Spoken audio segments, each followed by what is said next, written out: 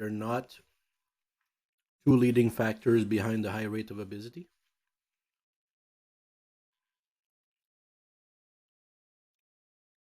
Carbohydrate. So carbs are bread, meat, feculent, which is French word for starch.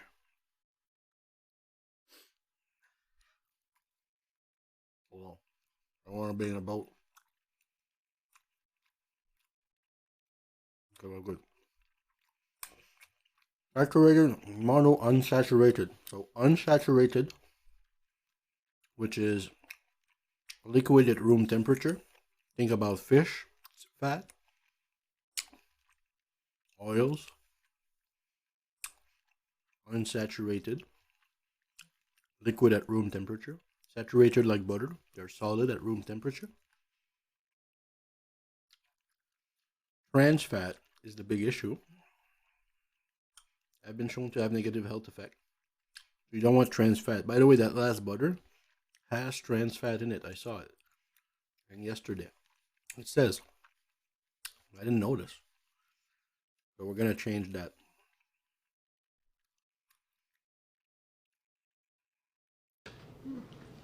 Absolutely correct. I stand by. I didn't have nothing to do with this, okay? But I could have said it, but they said it, okay? And they said it better than I could, okay? They got it right. And you know what? Some doctors are coming along. So this was an editorial written by my colleague, Asim Malhotra, who's a member of the NHS Health Trust in the UK, along with Rita Redberg, who is a physician right here at UCSF, who happens to be the editor-in-chief of JAMA Internal Medicine, and every fucking video we're following on, editor-in-chief of BMJ Open Heart, not exactly lightweights. Saturated fat. Who said saturated fat does not clog the arteries. Coronary heart disease is a chronic inflammatory condition, the risk of which can be effectively reduced from healthy lifestyle interventions. Like what? Don't like matter. Getting rid of fructose, excess sugar carbs, and carbohydrate.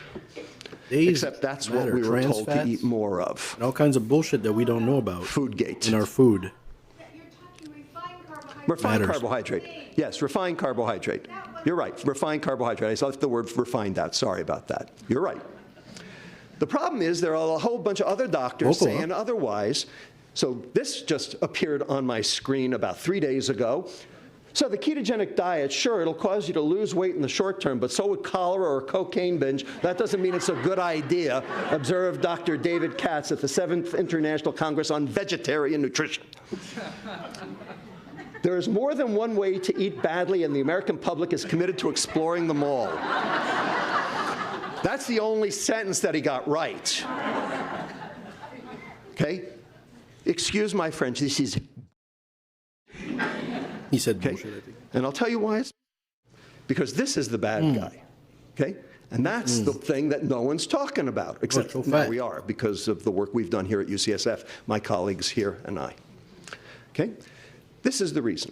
Fatty liver disease. So over here, we have a normal liver on the left, and over here, we have fatty liver disease, all those fat vacuoles and macrophages and the beginning of scarring. This is not good. Here's a way to look at this. This is called an MRI fat fraction map. And what you see here is an obese person. See the love handles on the side? But I want you to take a look at this guy's liver. Nice and dark. 2.6% fat. This is good. This is a metabolically healthy obese person. This person will live a normal life, die at a normal age, not cost the taxpayer a dime, not get diabetes, not get heart disease, okay? He's just fat. Now, this is what you normally would expect. This is metabolic syndrome. This is fat, and take a look at this guy's liver, 24% liver fat. That guy's got a problem, okay? And now, over here, you have a thin person. Notice no love handles, but take a look at that guy's liver, 23%. This guy's just as sick as that guy, okay? Thin sick, fat healthy. So my question to you is, which are you? Do you know? How would you know? How could you know? Would your doctor know? We're going to explain. We've done some studies here, one of which has gotten a lot of press, New York Times, Washington Post. What we did was we took 43 kids from our clinic here at UCSF who were high sugar consumers who had metabolic syndrome, and we removed the sugar from their diet and substituted it with starch over 10 days. And what we did was we took their fatty liver, You see it's in brown or orange because it's fatty. Okay, we took 9 days of sugar restriction and substituted starch. So we took the pastries out, we put the bagels in. Okay, got the idea? Okay, no change in weight. And we cleared their liver fat. Their liver stopped making those VLDLs, okay, and their insulin kinetics from their pancreas did better. We reversed their metabolic disease just by getting. So this is, you know, lately in a nutshell for me. Doctor started. I did some tests, and the doctor started talking about non-alcoholic fatty liver disease, and I started researching, and it led me to more research and more research and more interesting things. And so my goal is to lower my sugar, lower my intake, drop my insulin level, so we stop making fat, which is done in the liver. Ketosis would help me break down the fat in the liver also, which I'm not quite able to achieve personally. But by lowering sugar, lowering intake, eating better. I never used to eat any of this. You know? Getting rid of the sugar. So we now have causation for sugar and 4 diseases: diabetes, heart disease, fatty liver disease, and tooth decay. We have correlation, indirect data on cancer and dementia. We're working on those. We can't say conclusively that those are causative yet. And I wrote this article last year called Processed Food, an Experiment That Failed. And the reason is because processed food is high sugar, low fiber. High sugar for palatability, low fiber for shelf life. But the fiber is what reduces the absorption of that sugar. So fruit is okay, but fruit juice is not. Real food is low sugar, high fiber. All diets that work are real food.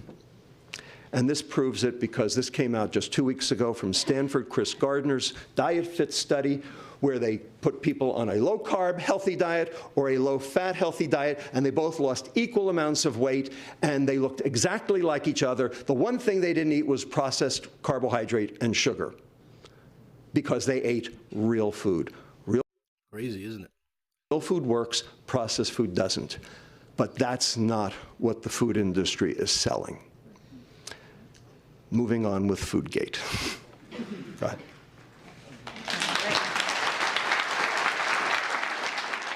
Okay, so my job tonight is to talk about the cover-up side of the story. And to do that, I like to start off with a little bit of background on how I got to UCSF in the first place. And I received this brochure in 2007 at a dental conference. So I'm a dentist. I was looking at ways to get physicians and dentists to work together to manage diabetic patients when I worked for Kaiser. And so this conference was all about looking at the links between gum disease and diabetes, so I was really excited to go. So this brochure was given to me by someone from the CDC who was there to talk to us about our National Diabetes Education Program. And I opened it up and looked at the dietary advice, and it said that increasing fiber and limiting saturated fats and salt will help control blood glucose, blood pressure, and cholesterol. But it didn't say anything about reducing sugar consumption, which I found strange, since we were talking about diabetes after all. There was another speaker at this conference, and he handed out this book, The Stop and Go Guide for Fast Food. I flipped open to the page on the drinks. So how can you pick a healthy drink if you're eating fast food?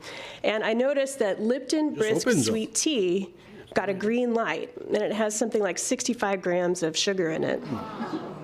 And I was sitting at the back of the ballroom, and I noticed the guy who was getting up to try and go catch his flight, and I actually jumped up and chased him down and said, "How can you possibly say, sweet tea is healthy?" And his response was, "There is no evidence linking sugar to chronic disease." And I was literally speechless. I couldn't even say a word, and he just turned around and walked out the door. So I went home, after my day job and just started wondering, what is going on? Did I miss something about diabetes when I was in dental school? I started digging out my old textbooks. Eventually, I started wanting to know about the sugar industry and wondering if they had something to do with this. So this is actually a screenshot from the Sugar Association's website back in 2007. And when I looked at it, it said they were boasting 1,000 is the number of scientific papers dispelling sugar of the links to diabetes, hypertension, behavior problems, and obesity. And then they listed these government and institutional reports that were apparently exonerating the link between sugar and these diseases. And again, I was just flabbergasted and didn't understand what was going on. So I started to learn more about the sugar industry and their trade groups and who these guys are. I'd heard a lot about high fructose corn syrup. That was getting a lot of attention at the time. But I realized that the cane and beet sugar producers have actually been in the game for quite a long time. High fructose corn syrup didn't get popular until the 1970s, but cane sugar's been around for centuries. So in the yellow, that's where we make corn and corn sweeteners in this country. The green is where we actually raise sugar beets, and the red is where we grow sugar cane. And the Sugar Association, which is the trade group that represents cane and beet sugar growers and manufacturers, has a long history. It dates back to 1943, and really it goes back further than that. But 1943 is when the cane and beet sugar companies started working together. And so the Sugar Association is the big group in the U.S., but then there's also an international version called the World Sugar Research Organization based in London. And where you see a flag on this map is where each country has their own version of the Sugar Association. And so it's a global organization connected through to the World Sugar Organization in London. And then you also notice that Coca-Cola and another group called the International Life Sciences Institute are also connected into these sugar trade groups.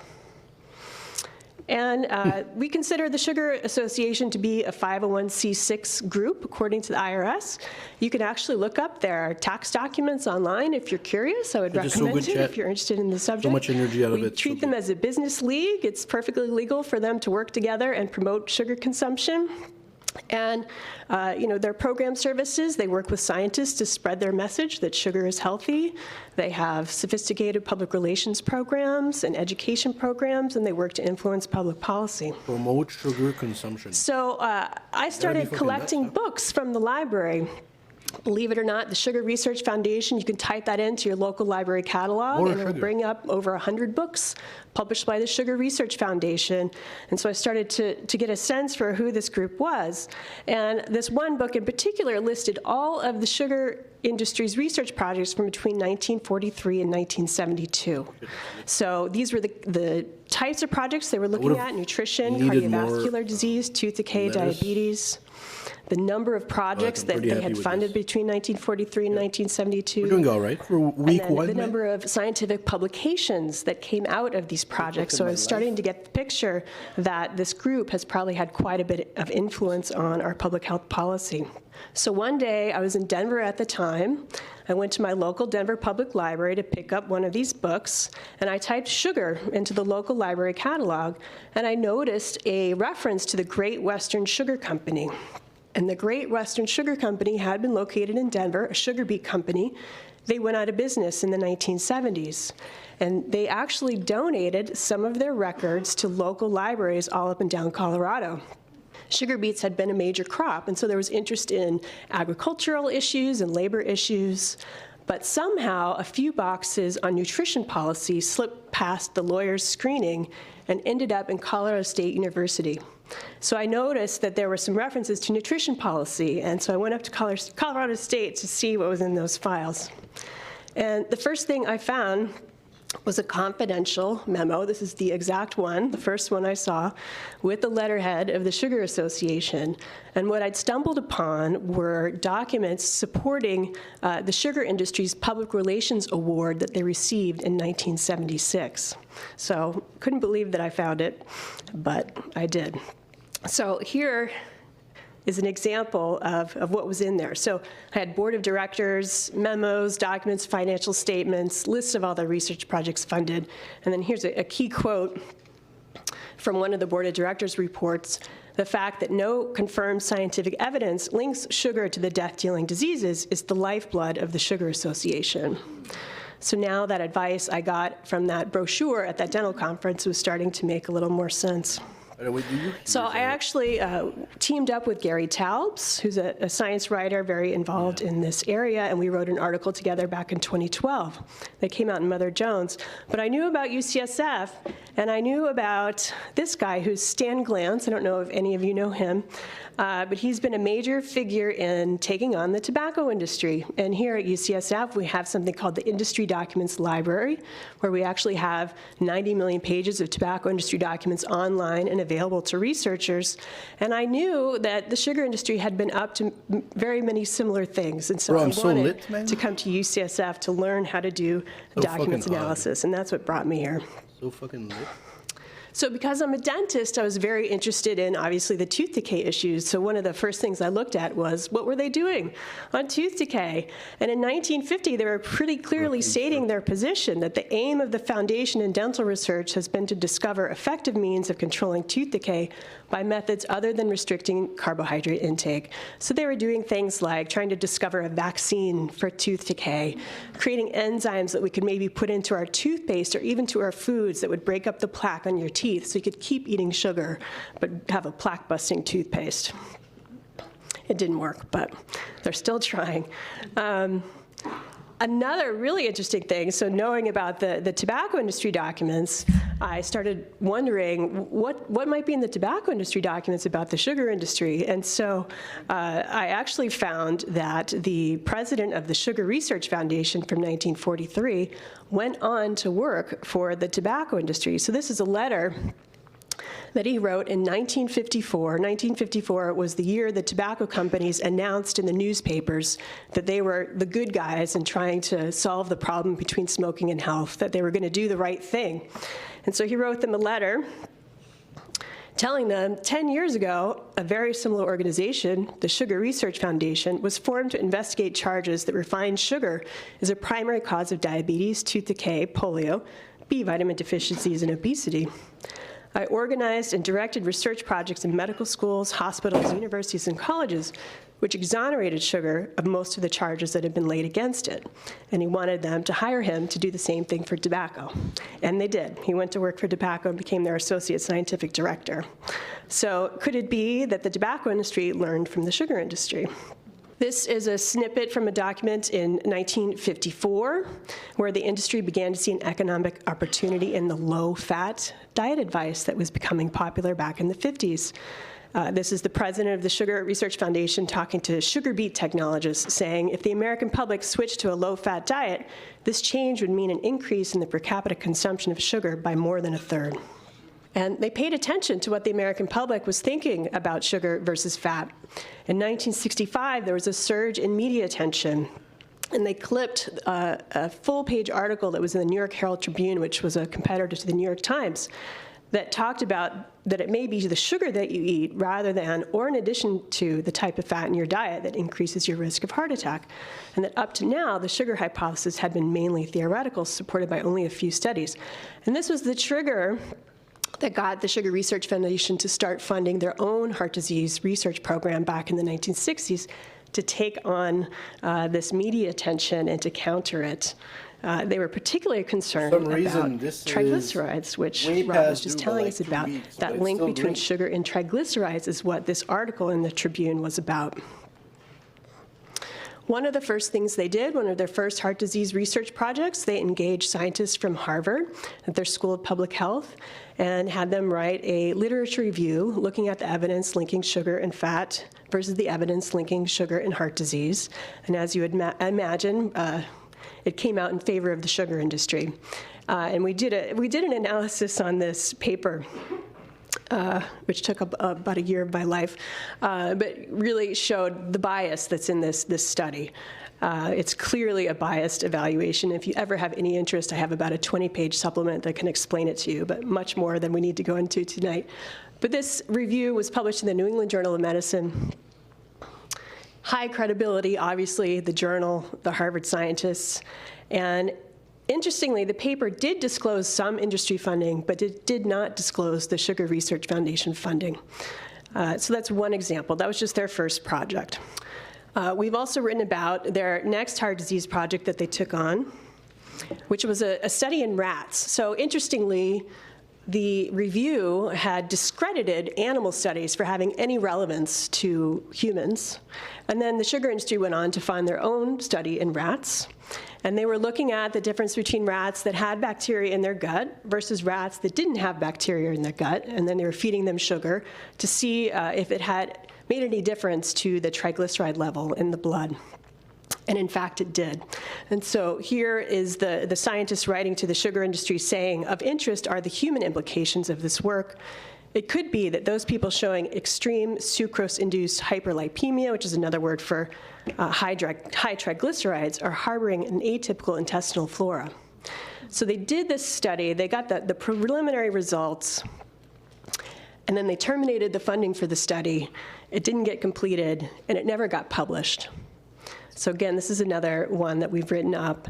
But it demonstrates that the industry was actually getting an idea of the mechanisms behind how sugar leads to high triglycerides, going all the way back to the 1960s and early 1970s, and not letting on that they knew. Again, going back to a tooth decay example of how they influence policy.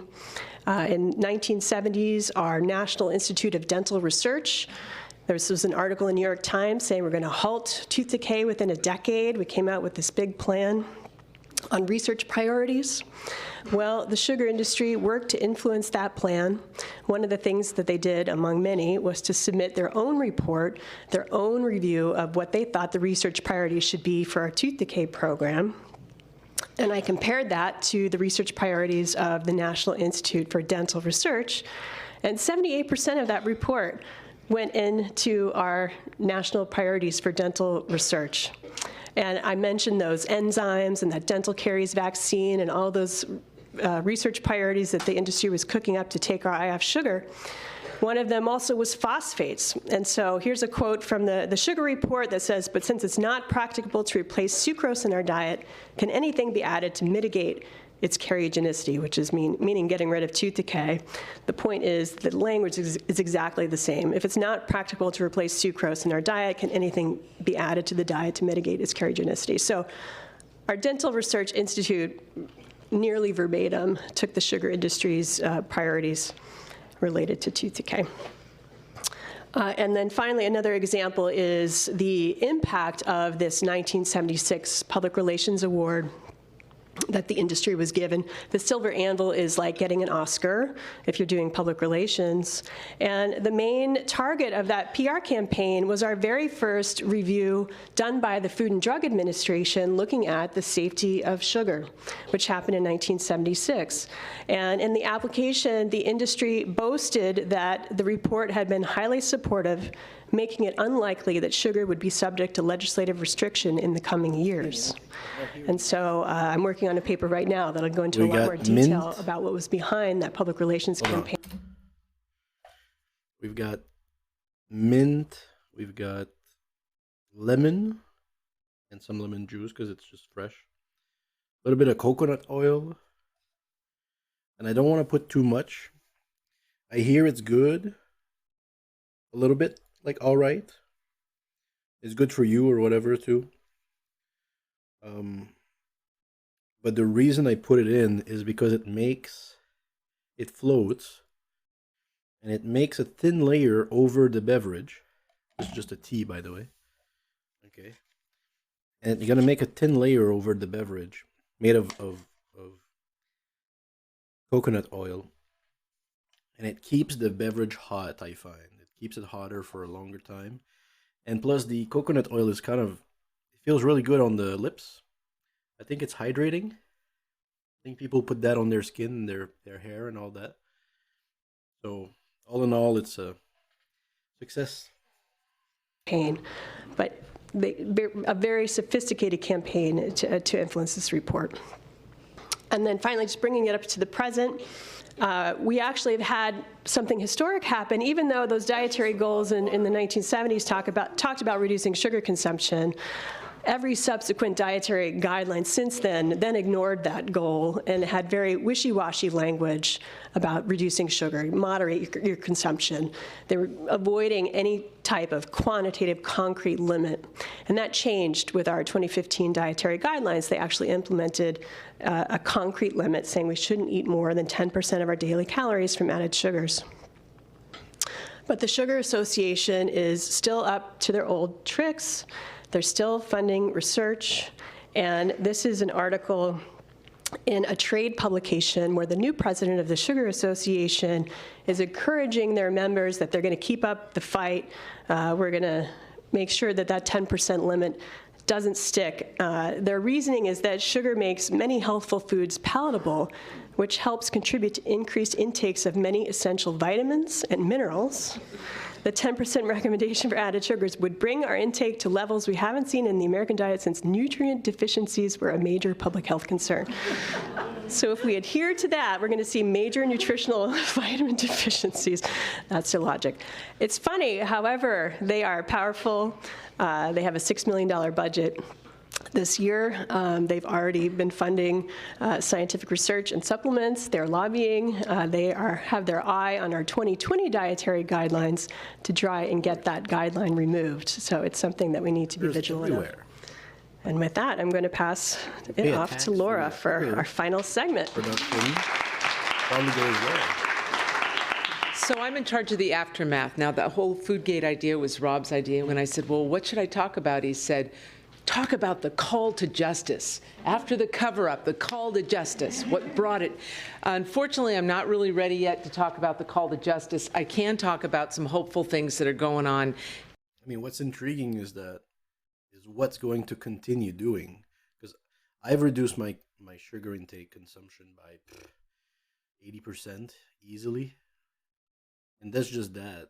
Like, I've reduced my carbs, I've reduced my fructose. All that good stuff, that's on my side for a fatty liver and stuff. What's going to be happening now? Are we just going to continue with this way of doing 100 grams of sugar a day, people? You want to keep doing that for yourselves? Think about it. 100 grams of sugar. I bet you get that every day. Just look on the fucking labels. In the world today around this whole issue of sugar in our diet. 10 years, so 20 years? I'm going to try to share with you a little bit about how the research you just heard about on metabolic disease, on obesity, and on industry documents research and the Sugar Association, and I'm mainly going to focus on the soda companies here because they're in the eye of the storm, how that has affected our public policy discussions around nutrition and health and the rising rates of obesity and chronic disease worldwide. And I'm going to talk a little bit about the tobacco experience because it's so relevant to what we're seeing in the world right now. So the current focus of the policy debate, and I'm not just talking about in the Bay Area, I'm not just talking about in California, the United States, I'm talking global. We are seeing rising rates of obesity and diabetes all over the world, developing countries, developed countries, and a lot of the flashpoint at this point in the debate is around soda.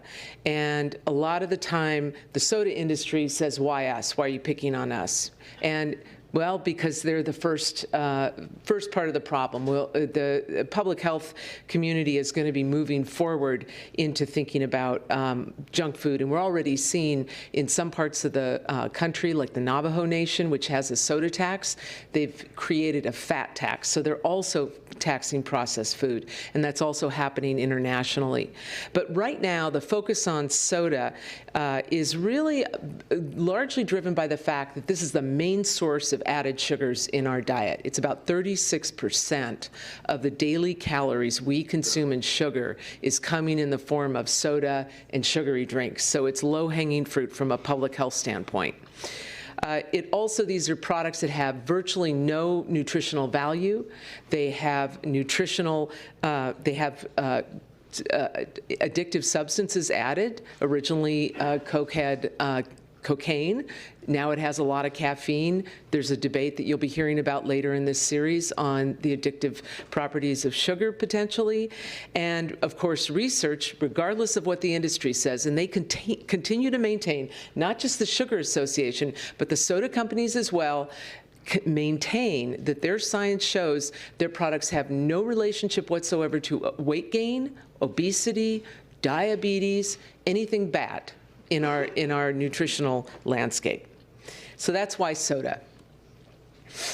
So I think the debates and the way this debate is shaping up right now has a lot of parallels with the tobacco story.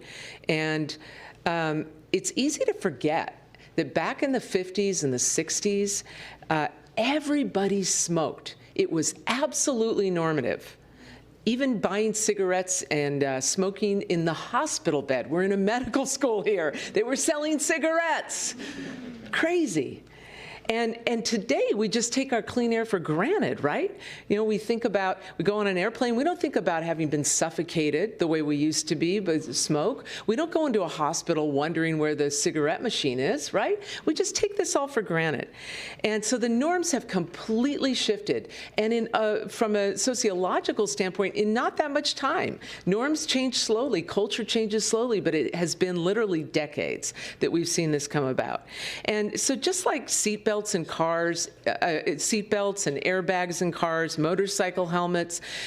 What this is about is getting basic public health protections in place, and in each of these areas, including tobacco, it was a huge public health battle at the time. And that's what I think is going on right now around sugar. We're in the beginning stages of that kind of a knockdown, drag-out public health battle. Now, this is the kind of picture that epidemiologists all around the world would hope to someday live long enough to be able to see this for the obesity epidemic, for the diabetes epidemic.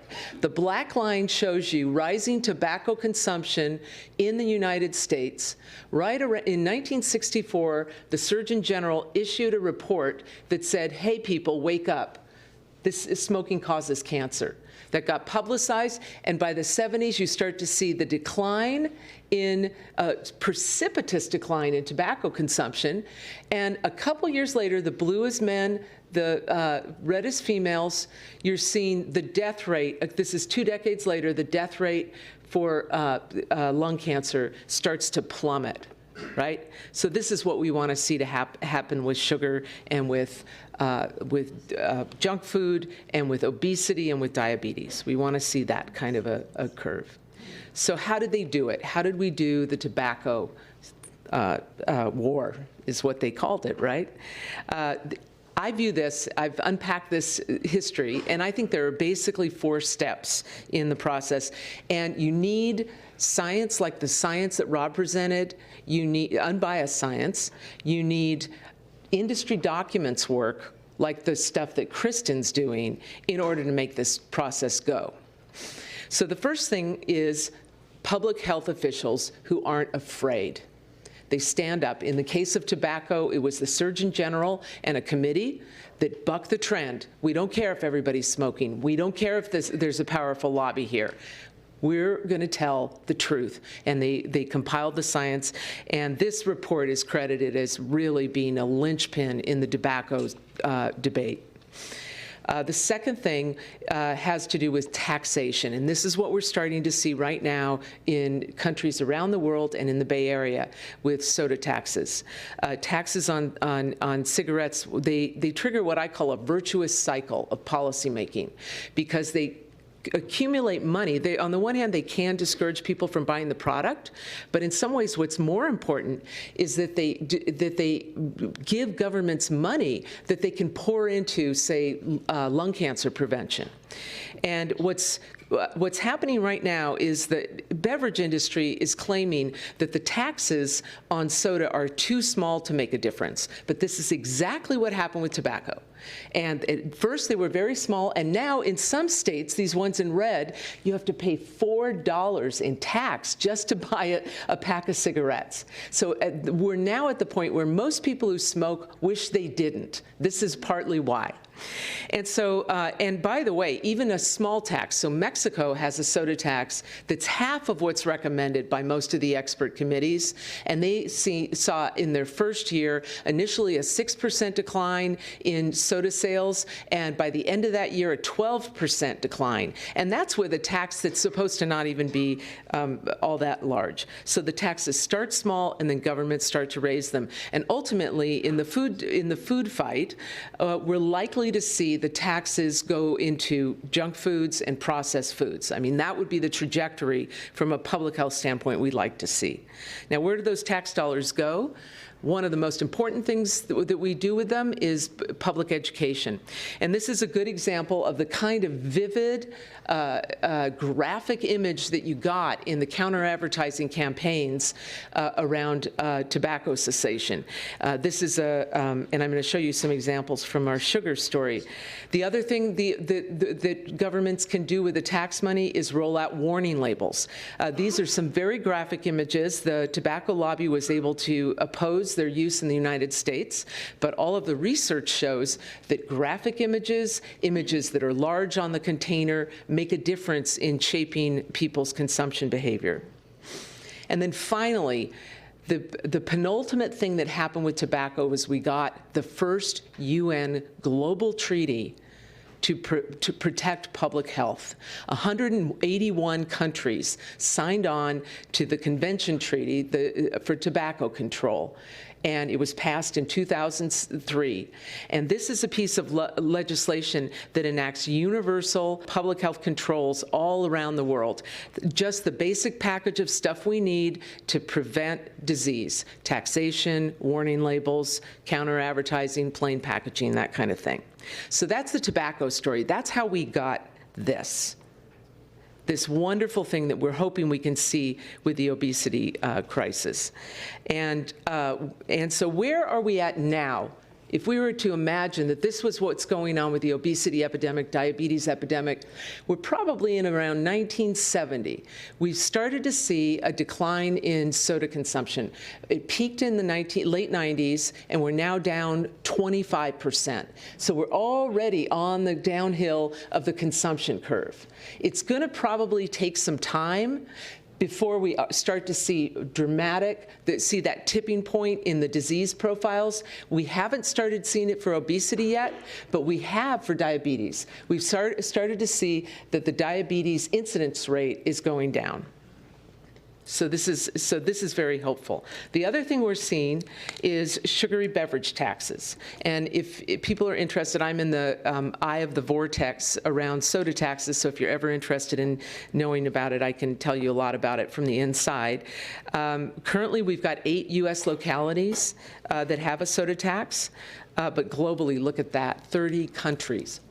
Now, this is where the momentum is taking off, and this is no different from tobacco.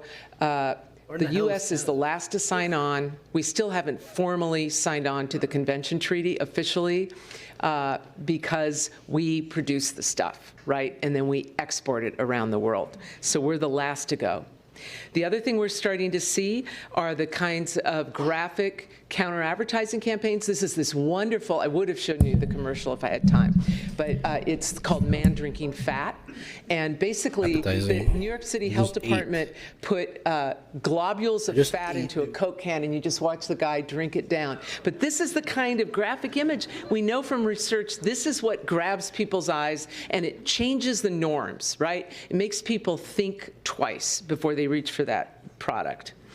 And then we're also seeing in our own city of San Francisco the first warning label on soda, warning label legislation to pass. This, unfortunately, was passed in 2016. The American Beverage Association, the trade organization for the soda companies, quickly sued our city, and currently it's hung up in the courts. One of the issues they have with it in their lawyers is the size of the warning label, right? And I mentioned, this is actually the Coca-Cola sign, right? When you're driving in on the freeway. This is what it would look like if this, if our city was able to actually implement the law that it passed. Right. They would love to do now, that. I just want to really reinforce, and I can't tell you too many stories from the field, but what a big battle this is for public health advocates and for groups within civil society that are taking this on. This is not, it is no small matter. The New York Times featured this case recently of a Colombian, she's actually a physician, and she runs a consumer rights organization in Colombia, and her group dared to educate the public about the hazards of sugar and soda. What happened to her was she was threatened, she was harassed, she was physically threatened, and ultimately her government censored her whole organization so that she's no longer able to speak about the health risks associated with sugar consumption. So this is, and while the New York Times journalists weren't able to get anybody from the industry to own up to being involved, the Colombian arm of the Beverage Association didn't say they didn't have anything to do with it. This is bringing it home. This is a little excerpt from an email that showed up in remember the Hillary Clinton DC leaks documents? Well, her aide had a little side gig working for Coca-Cola. So fucking hot. So we, courtesy of this, we got about 300 documents on the Coca-Cola Corporation. I'm going to focus a little more on Coke here because they are the largest. They own about 31% of the global market share in sugary beverages. Some good things. So they are the leader in the market. And the DC leaks documents, this one showed up. There were some actually about colleagues of mine that got trailed when they were going around and giving talks about food politics and so forth. But this is one on our own San Francisco and Oakland soda taxes. Assemblyman Bloom put a state of California tax, and what you can see here in red is they are alerting each other to the fact that they are following these taxes. This document is pages and pages. Every tax anywhere, Russia, anywhere that there was a consideration of a government even deliberating, you would see a report on what we're doing. In Oakland, the coalition groundwork is underway in Oakland to build early opposition to the potential beverage tax proposal before they even announced they were going to put a ballot measure out there in Oakland. So these are hard-won battles by public health advocates, and of course they're outgunned, right? These companies have a lot of money in San Francisco and Oakland. We're going to hit our game again because it's fun. They spent $31 million trying to convince us that we shouldn't vote for soda taxes in one election. We're seeing some encouraging trends. We're seeing the beginning of what I am hoping is a virtuous cycle, like what we saw with tobacco, but we're still a long way off from having solved the situation. And the cover-up definitely continues. So in this last part, I just want to talk a little bit about how these companies, and I'm going to mainly focus on Coke, I'll leave Pepsi alone for tonight, but and how they're reacting to the situation. So this is a quote from 2007. As Rob showed, the obesity epidemic was in full force by then. And this is a marketing executive. Our Achilles heel is the discussion about obesity. It's gone from a small, manageable U.S. issue to a huge global issue. It dilutes our marketing and works against us. It's a huge, huge issue. Now, what's interesting about this quote, and there are others like it in some of the documents we have, is that if you were to look at the forward-facing corporate response to the obesity epidemic, you'd see a much kinder, friendlier kind of approach. And in fact, the current CEO of Coke right there, we must grow with conscience, grow our business with conscience. We need to grow it the right way. And really, at this point, the company is is trying to get us to believe that they are mainly interested in being part of the solution rather than part of the problem. Life. And so they're reformulating into smaller package sizes. They're marketing more water. Yeah. They've dramatically expanded their beverage offerings. Motherfucker, I told you that on the last video. I got some thumbs down for that. I said the little fucking cans. So this looks like a normal size can, but they make like small cans and small bottles and stuff now. And I said, I think that's Coca-Cola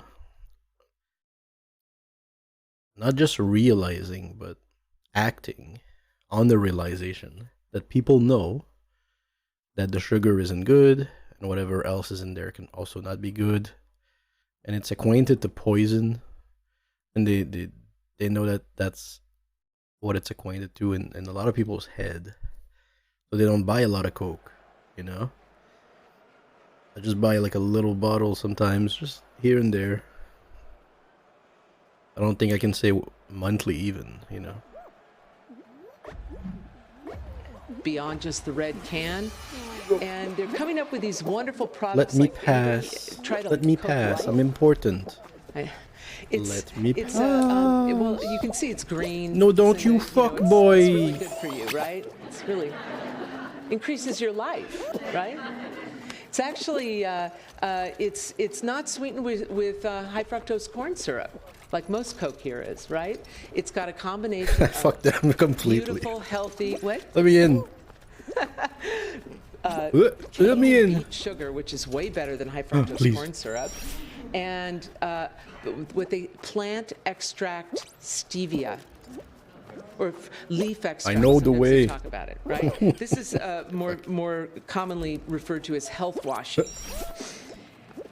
It's so far. Look how far it is. This is actually another one of these documents that came out of the DC leaks. And this is actually Coca-Cola's European game plan for doing everything they possibly can to forestall or make public health regulations that we know would work. Let me go here instead. Fuck it. And so on the y-axis, you've where am I going? How much they think it's going to affect their bottom line, and then on the x-axis, you've got bro, you're taking the wrong way. Whether this is really going to happen. So things like taxation, what are you doing? They view as very likely, and we need to fight back. Some of the other, public procurement, there are a lot of different approaches. I mean, they are following Dude, I'm totally doing this. Public health regulations that I don't even know. I'm going to be number 40 or some shit, ones, like mandatory recycling. And but those dude, are things what are we supposed to do? Fight back piece. What are we supposed to do? We're fighting back. What the fuck is going on? Is this persona, right? They do it all through the International Beverage Association. It looks a lot like the Sugar Association. It's all over the world. And in the States, the American Beverage Association. Bro, no, please. I beg you. As I mentioned, what is this? Continue to deny what is going on? Connection between it's a mess when you're last, dude. It's such a fucking mess. Obesity, and they have plenty of industry-funded science to make their case. Sorry. Right? These are scientists who are paid for by the industry to produce bad science, like Kristen was explaining. What they're doing right now is they're promoting the idea that we can drink all the soda we want as long as we just exercise it away. I was about to be number 40, dude. I was just there. For a couple Fuck hours, me, right? man. It's probably not even. Rob would be able to tell us. It's not much. So it is. So I was right there. To be part of an active, healthy lifestyle. It's our problem. We don't move around enough. Sensible and balanced diet, regular physical activity. And the focus is on calories. The very issue that Rob is pointing out is not really the big concern. It's not so much the calories, it's other things that sugar does to the liver and so forth. Same with the American Beverage Association. It has its Balanced Calories Initiative. And this, anybody recognize her? She was running our Centers for Disease Control and Prevention within HHS. She just stepped down in January, Brenda Fitzgerald, because she was caught buying tobacco stock after having taken over her role running our main public health protection agency. So what'd she think? This is off the Koch website. Solving childhood obesity requires movement. Those kids, it's all their fault. They're lazy. The other thing that they're doing is what they call transparency initiatives. This is industry-wide, but this is an example from Koch. Here, what they do, courtesy of people like Kristen, who have gotten them on the defensive about paying off scientists and dental organizations and health organizations, they said, okay, we'll just come clean and we'll just put on our website all these guys are the going organizations for these and companies, individuals that we paid for. Christ. And we won't stop paying them, but we'll be transparent about where we're putting our dollars. And this is a who's who in the public health world. And then finally, as Kristen mentioned, they still are working through these front groups. She mentioned Ilse, International Life Sciences Institute. This is a global organization. Its mission, you'd never know that they were funded by the tobacco and beverage corporations, bringing scientists together to improve environmental sustainability and human health. What's wrong with that? There's not much transparency there. So to sum up from our panel, first we heard from Rob about medical research and that it suggests that excessive sugar consumption is uniquely harmful to health. Not just the oh my God, you're just going to make me fall. In the sugary products. Kristen shared a little bit about the sugar and beverage industries and how influential they are in nutrition science. And then finally, I kind of brought it home to talok about how that what do you think? From the Don't grab me. Research and from the industry documents has played such an important role in queuing us up for a global conversation. You have to choose your side wisely, like this one. And cardiometabolic like disease. This one is higher. Fuck that. Okay. You know what I mean? Like, The question was, you would think you would talk about follow the a lot, benefits but of you'd stevia, actually and the answer is compensate. no. You have to We can compensate, or talk else you're about it, waiting. But there are no documented benefits as of yet. Here's the Guys, problem. We have the pharmacodynamics for stevia. It doesn't hurt you in terms of the chemical. Guys, what are we supposed to do? It's not dangerous. It passes through your urine. What are we supposed to do? Doesn't seem to do anything other than be sweet. folks. Here's the problem. Ouch. You put something sweet on the tongue. Message goes tongue to brain. Sugar bolus is coming. Message goes brain to pancreas. Everybody Sugar can't bolus is coming. fucking Get do ready it, to man. release the insulin. Nobody can But fucking then the do sugar it, bolus man. never comes because it was stevia. What does the pancreas do? Does it go, man, I was waiting for that. Oh, we're doing I'll it. just wait till tomorrow. Compensate. We're gonna reach it. You We're know, I boss, got all dude. this We're so insulin fucking that's boss, sitting dude. Here, ready to explode into the bloodstream. I'm gonna go find me some There's calories to nobody here. eat. And you end up overeating. There is nobody. You end up overeating. Overeating, sorry. Potentially, or just extra calories because insulin drives food intake. There's nobody. There's just So- nobody. Right now, there are 4 studies game. that I know of that are acute studies, Balanced. not long-term chronic studies, but acute studies that suggest that by adding stevia, at least acutely, What are you doing? you end up overeating later. Vilches. So What's it may going not on here, be a Vilches? benefit after all, but we don't know that yet. That's mature gaming.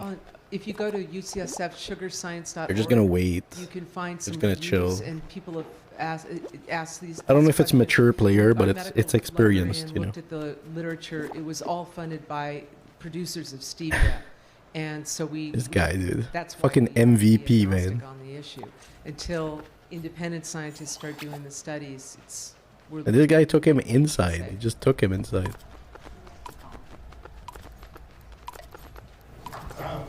Nice try, Ganchino. Fatty liver. If you went to your doctor and asked for an X-ray, did he tell you what your liver looked like? No. You can't. Let's put it this way.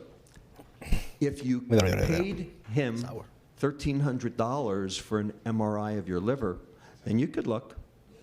But that's what it would take. And there ain't no insurance company that's going to do that. That's going to pay for that.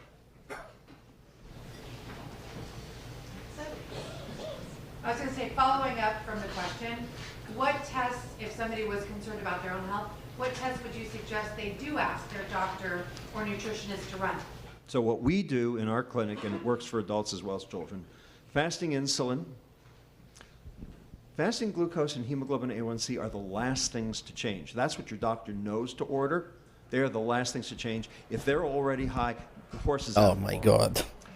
So fasting Easy. insulin, ALT, alanine aminotransferase. It's a measure of liver fat. It's a proxy for liver fat. Uric acid, which is side am I proxy on? for sugar consumption. The wrong and side. It's over there.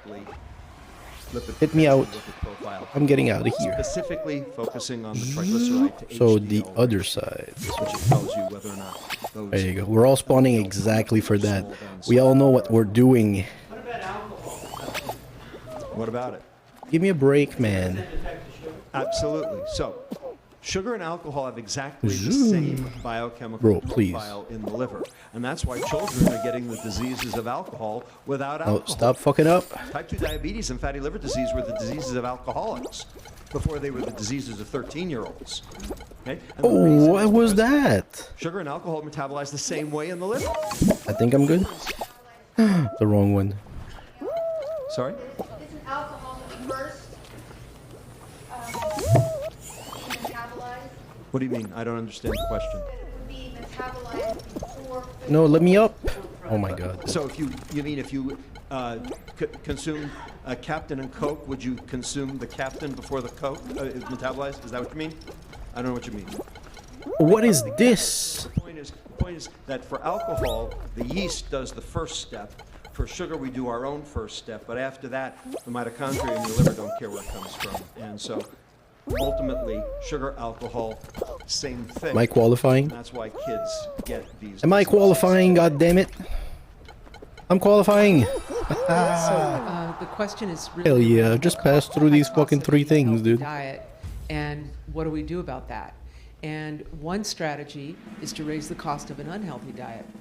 And ideally, when you're doing that, you're collecting tax dollars that you then devote to getting, in one way or another, lowering the costs of a healthy diet. So at least getting people access to food, food repurposing programs. There are a lot of different ways that you can do it, but you need money, especially these days, to implement those kinds of policies, and that's why taxation Pipes. is We such a wonderful didn't do it last first time, step but we in know the what to do this cycle time. Of public health But we got to be good. regulations. I'm going to add to that. Okay, the tax is actually the third tax. The Going first through tax that, is the It's just it subsidy. shuffles you. You don't know where you're Subsidy going. for the problematic foods, the commodity foods. Because when you subsidize Looks one like thing, fucking then you have to tax Candyland in everything here, else in order to break even. Number 2 is the fee you pay every time you go see a doctor for obesity-related health services, whether you're obese or not. That's a tax, whether you want to call it or not. And number 3 is the tax on the soft drink itself. You could wipe all 3 of those out by just getting rid of the subsidies in the first place. This is the closest So thing to GE Mario and the Foundation Wii, man. at UC Berkeley Oh, wow. modeled that questions. What Wow, you're would gonna food do me like prices look that, like if we got rid man. of all food subsidies? 'Cause Get there's up. no economist on the Fuck's planet sake. who believes in food subsidies because they distort the market. So if you actually got rid of them, the only What are we reason you supposed have to do? them is 'cause Just this run? idiot thing called the Farm Bill, which made sense in 1933 and doesn't make sense today. But you got rid of that, what would Gotcha. happen to the price of food? And the answer is nothing, except 2 items which would go up: corn and sugar, and that's exactly what we want.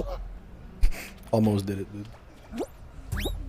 So the question was about food Oh, stamps I and did how that? relates to purchasing sugary beverages and sweetened things, that type of thing.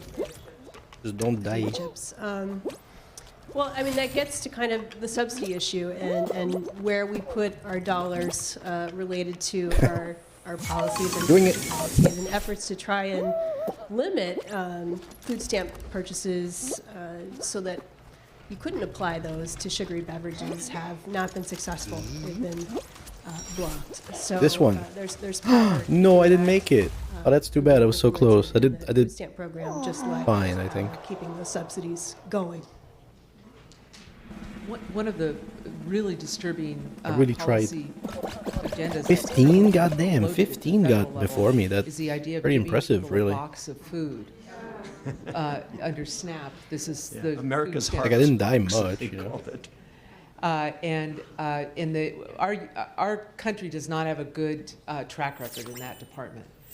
We have a very bad track record in that department of giving boxes of food, and it would be a box of processed food.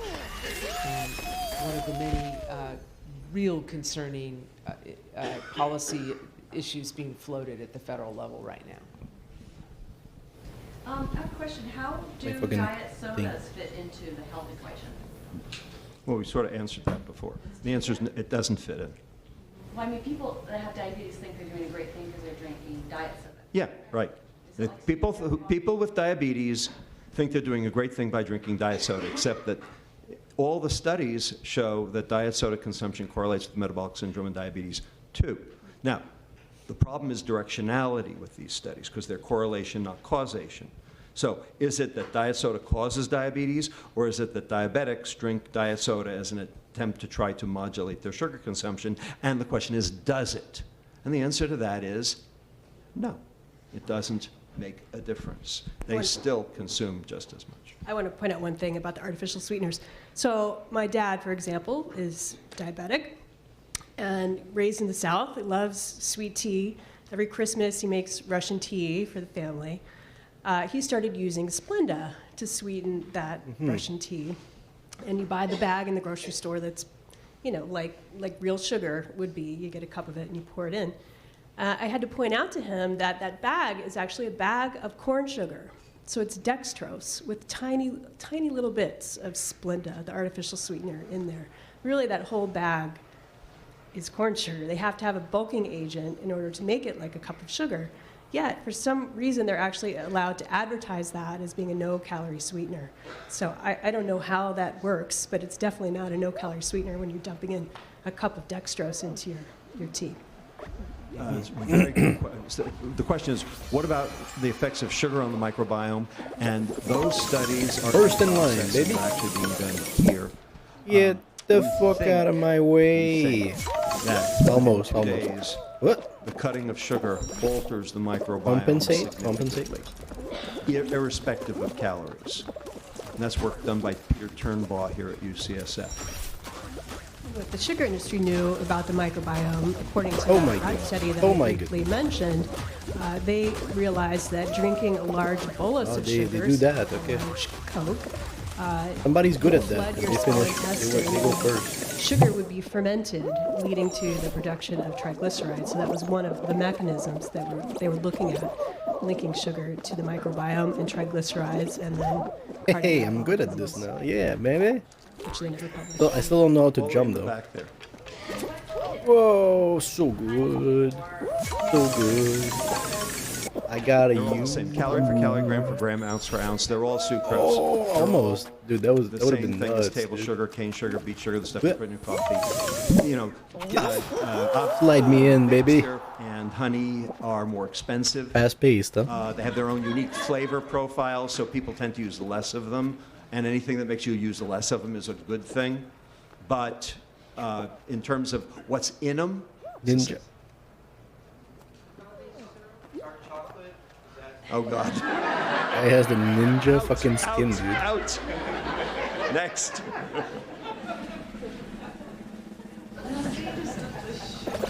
Corn that enters our diet is Here goes ninja. corn that we grew when I was a kid, and is corn as it ends up Impressive marketing, Yeah, man. it's been as a vegetable or so virtually all of the produce that we currently grow and consume has been bred to be very specific. So the fruits have been bred to be higher sugar, and the corn has been bred to be higher branched chain amino acids, which is, then being fed to the cows. So they're getting metabolic syndrome. That's why there's all that fat in the meat, which we love because it tastes good. But in fact, that cow has metabolic syndrome. It used to take 18 months to go from birth to slaughter for a cow. Today it takes 6 weeks. Okay? Really? And so basically, that cow There's has a month metabolic in syndrome. We're there. just killing it before it gets sick. So that's happening to you. Where am I? Can I ask about On the right side, man.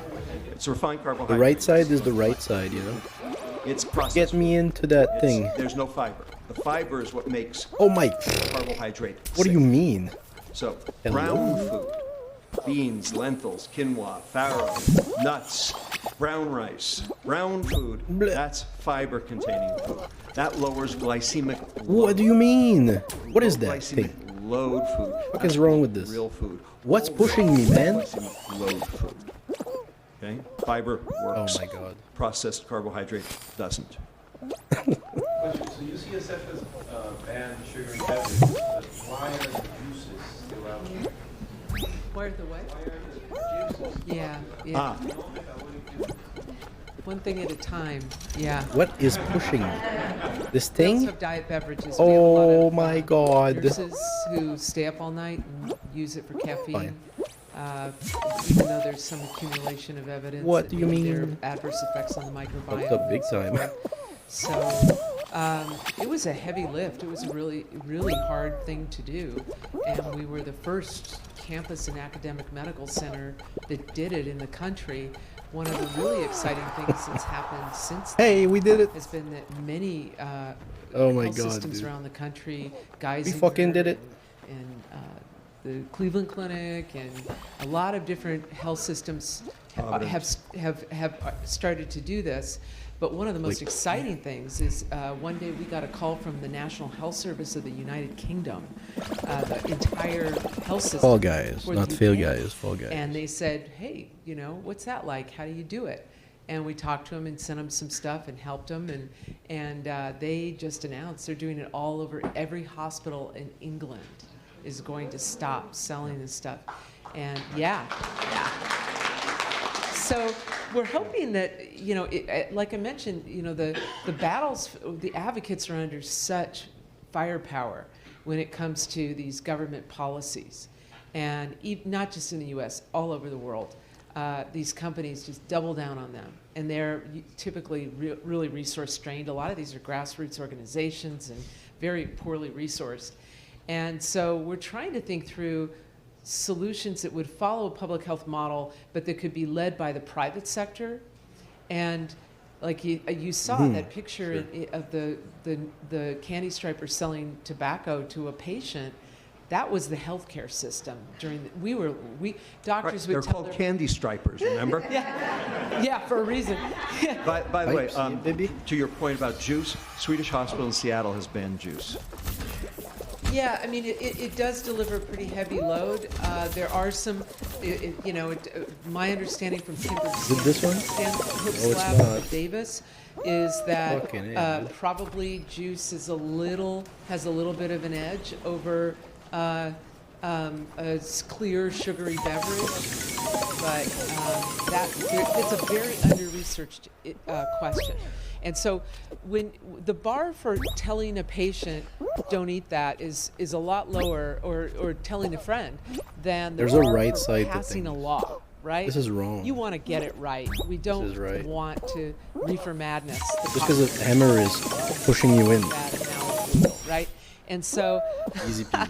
and we made some, Oh my and obviously the dietary guidelines have made some bad mistakes around Hey, how's your life? fat and other issues. So we try to, you set that bar pretty high. You doing need fine. a robust evidence-based before you start having policies.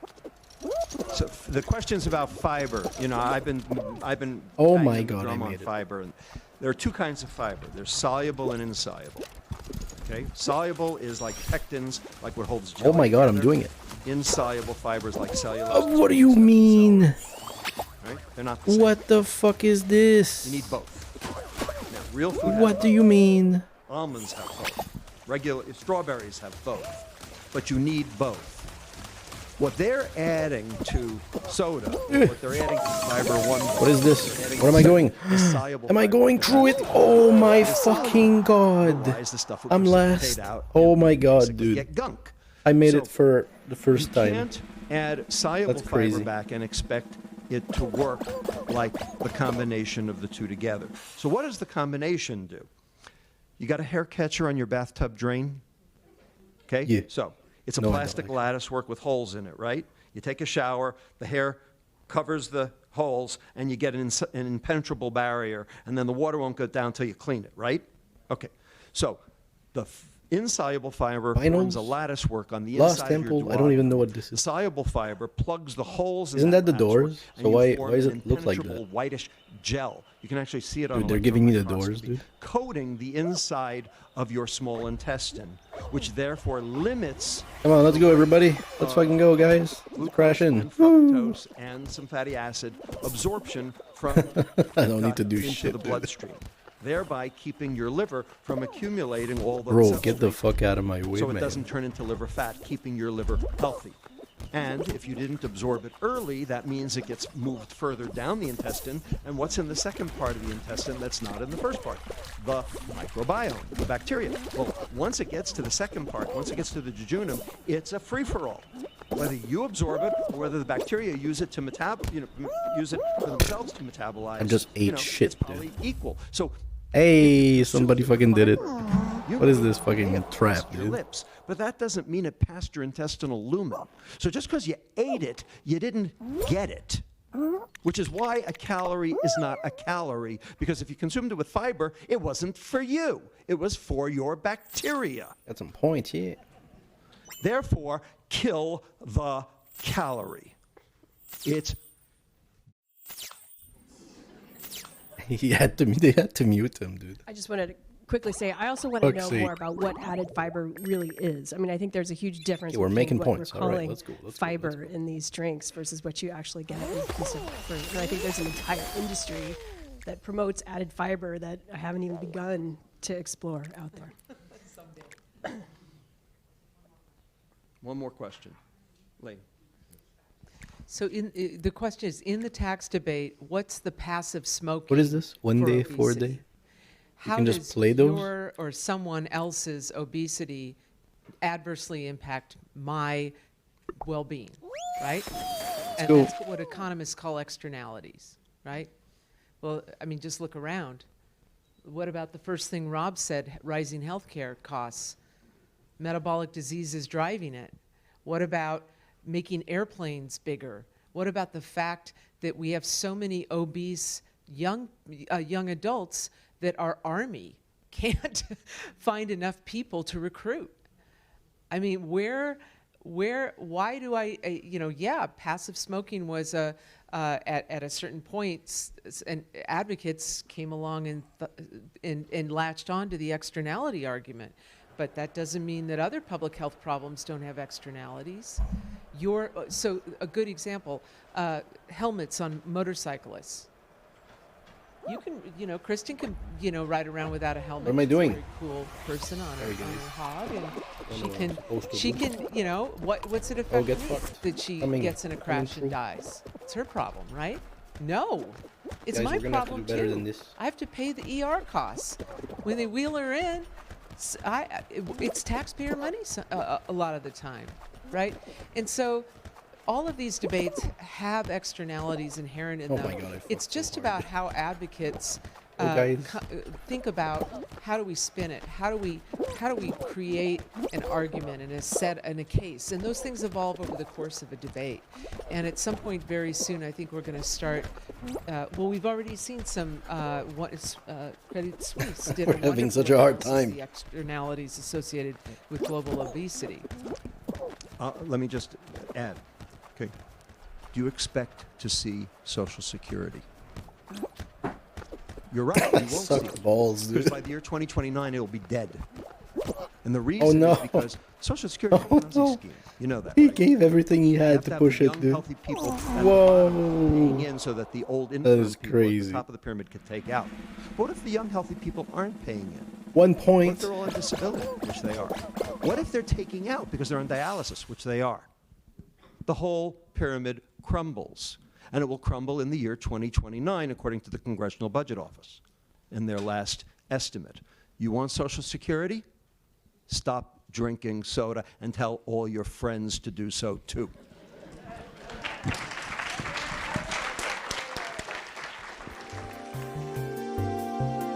Waiting for players. All right, we're gonna just check it out. Oh, really? They're just playing another game of ball. Ball. 2 balls, right? Dude, that's fast.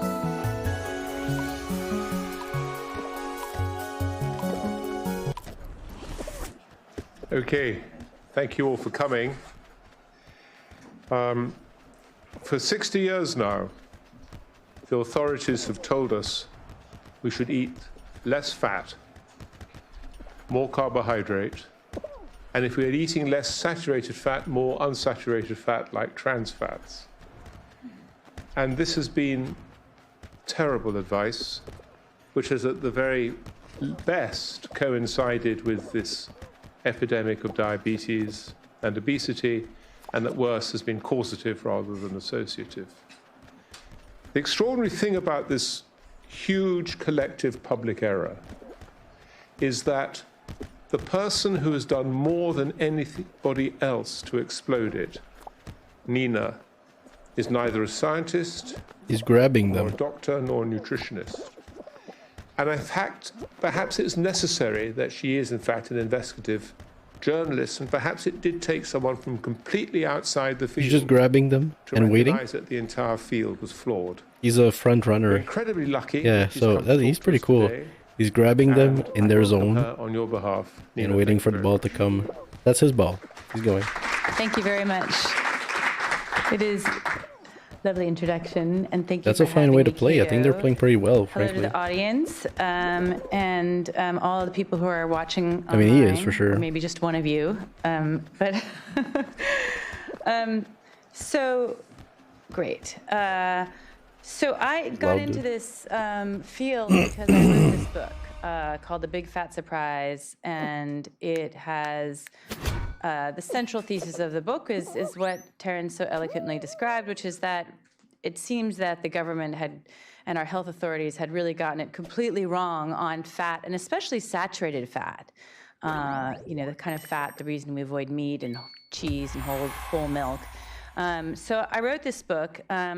When I started, I, like everybody else, pretty much everybody else, was following our current dietary recommendations. These are them. Depending on your age, most of you probably grew up on the food pyramid.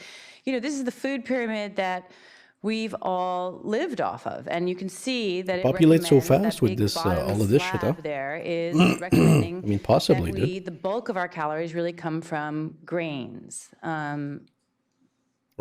Bread. Dude, when I was young, this is definitely what it was. Nowadays, it's different, but I mean, grain is pretty big, but I mean, what is this, gov? Yeah. That's US. I don't know if that's fucking US currently. Let's check the dates if we can see it. Doesn't say, dude. Come on. But if it's current, it's weird. We change it up to this with more lettuce, I think. And put this here. Or further down. Bread, pasta, rice. Let me be. Grains, mainly carbohydrates. This has sort of been our Bible in terms of every school Nice. child gets this, everybody learns it, every doctor teaches this, every nurse, every nutritionist, every dietitian. And I followed this religiously. I used to bake my own 7-grain bread every day and make my own pasta salads every day for lunch, and I would jogged or biked or swam at least an hour every day, and That's good, dude. I got I got a hit and it entered. I got fatter than this, but I'm not showing you that photo. It's bad enough to show you this photo with that terrible haircut. Come on, man. You know, I really tried very hard. Hey, I got you here, yeah. For over 25 years, not a strict vegetarian, but I had no red meat, no butter, barely any cheese. I'm from Here we go. Berkeley, California, so of course I was a vegetarian. Fucking baller. And then from there I moved to New York City, other capital of vegetarianism. So, you know, I really came to this with zero preconceptions as a watch journalist. everybody struggle. I really never thought I would end up putting a piece that's a day of red one. meat on the cover of a book, much less eat any. Not gonna talk shit about myself. day But one. what Let's go with happened this guy was that here.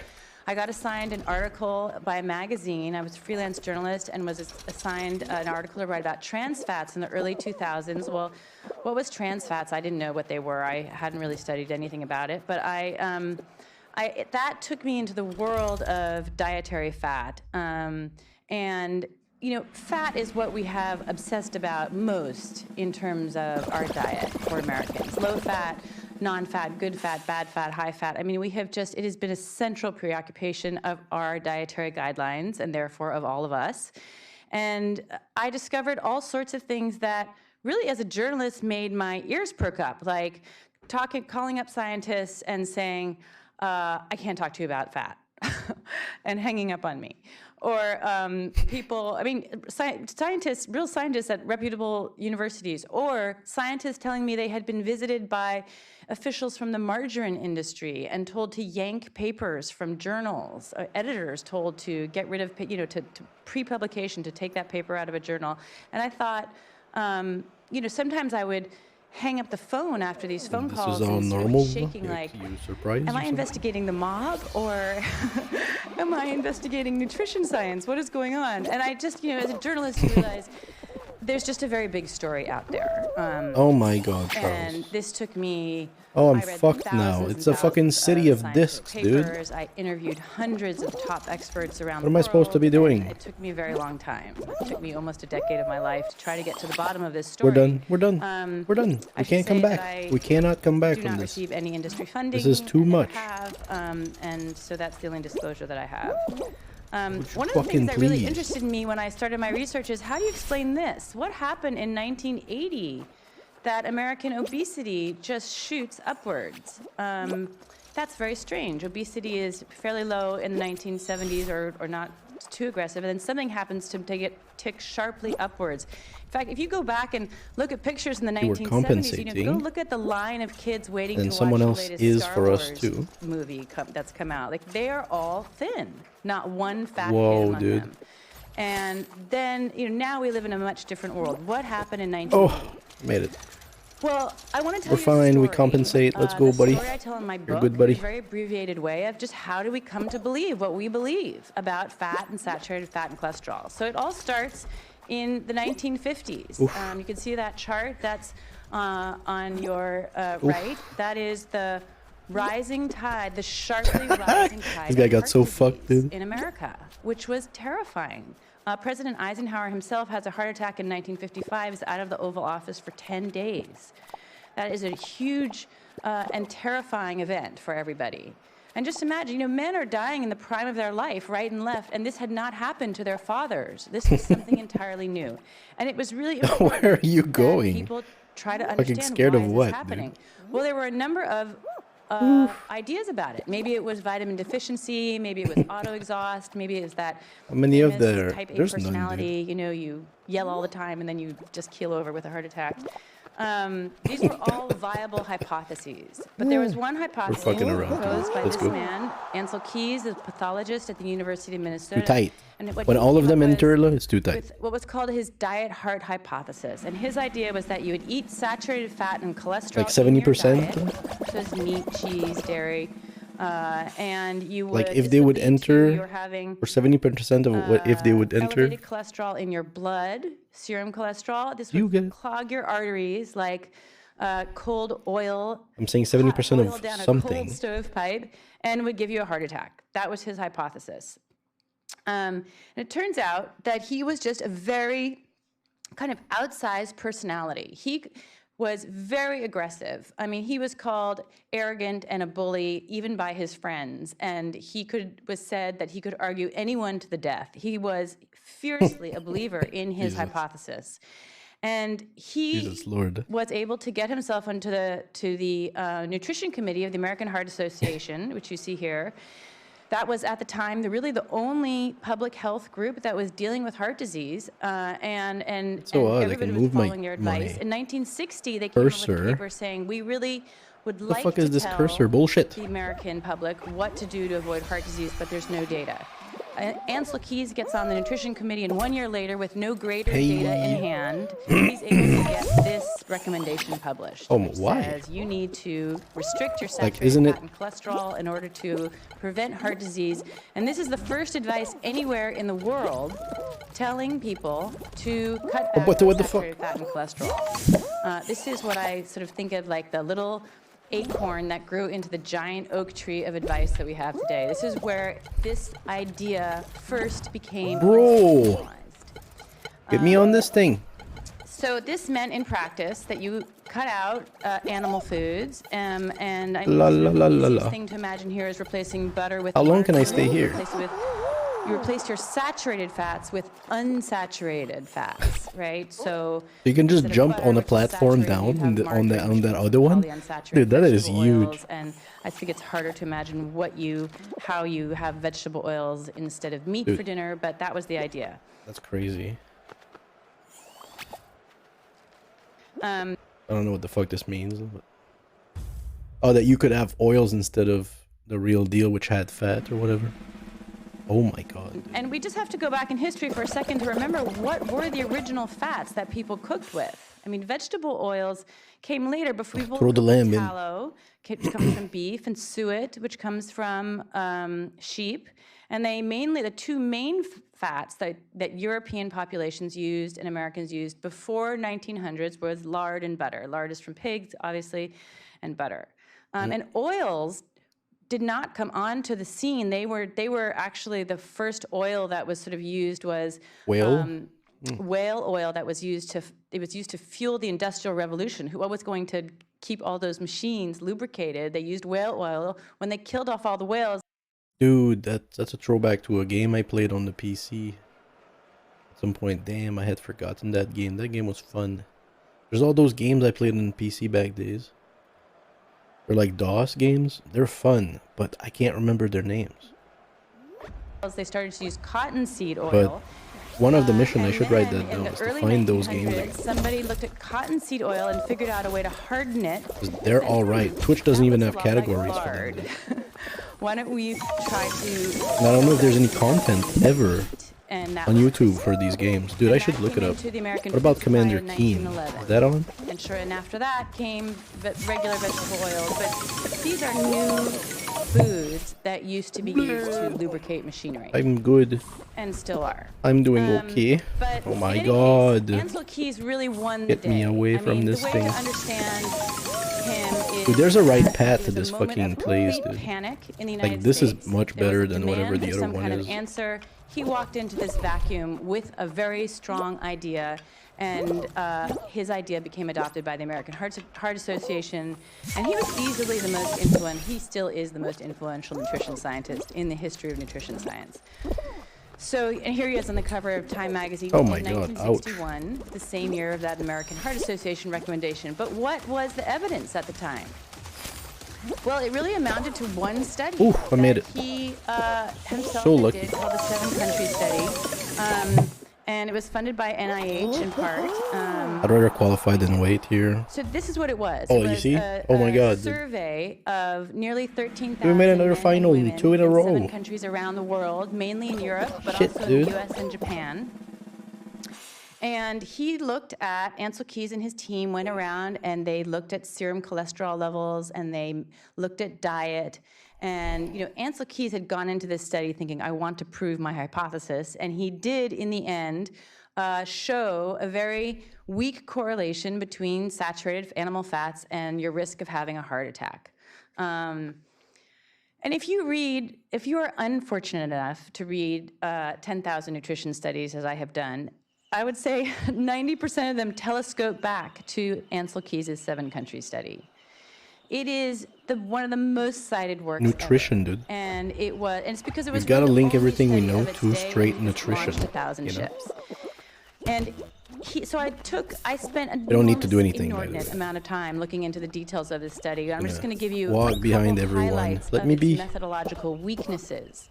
For one, it only measured the diets of fewer than 3% of its participants, which is nowhere near a statistically representative sample.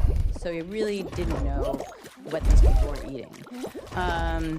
Number two, it was the kind of study that only shows association and not causation. Now we got to start picking so up some Can't speed. ever prove that reducing animal fats was what caused the Because we're reduction almost in there. heart attacks. Number three, it didn't actually show that there was a reduced total mortality. So people weren't dying of heart attacks. Maybe they were dying of something else. Anyway, I want to share with you one particular almost other there. methodological flaw, which I think is really more This is emblematic crazy. than anything else, which is that it had to do with the islanders of Crete. What is this fucking So spot? These are the people on whom the whole Mediterranean diet came to be based. Ansel Keys looked at the dietary records of about 32 or 33 of them. That's the total population he looked at. He went to this island. He fell in love with them because they were just seemed to him ideal. They lived this life of a peasant. It was a beautiful, unruined Crete, not the hyper-hoteled Crete of today.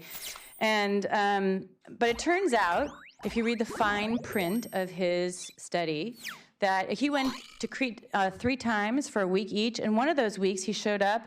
Turns out he turned up during Lent, when everybody is avoiding eating animal foods.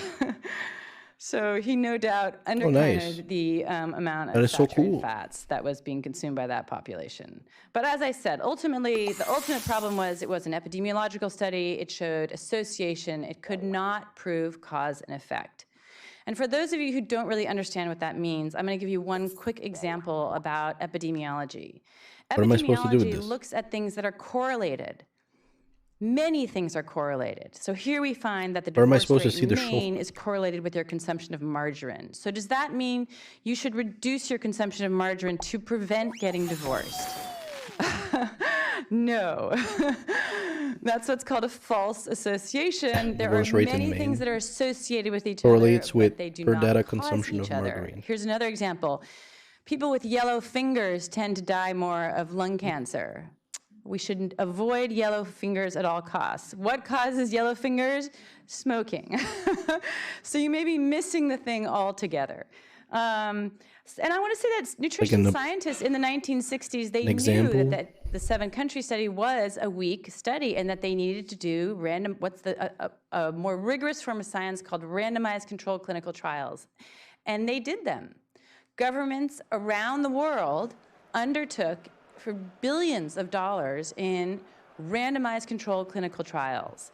And these took place, I'm saying Australia and England, and most were in the US, but in Finland, in Denmark, Norway, and many of them took place in mental institutions or hospitals where people were confined. And these are the kind of experiments you cannot do now because they're considered unethical. Where's the fucking ball? But the reason that they're such good trials is that you control all the food of everybody in that setting. People are not There's only allowed to go out down two to the guys local over here. bodega. Too many people. You can see what people are eating. And this is different Okay, we got than this. many of the clinical trials that you read about Come on, today guys, when get on it. somebody, they're really just Guy, given a diet book, fucking and maybe stop they're it. given an hour of What the fuck are you counseling, doing? once a week, and they're given a support group, but you really don't know what they're eating. Fucking throwing the ball So over these here, are man. What the well-controlled fucking trials. fucktard? There were on tens of thousands of people. I mean, this is a very conservative number I've put up there, the 25,000. It's just, but if you, depending on how you count, you Because I can can't get do up this to alone. 50, 60,000 people were tested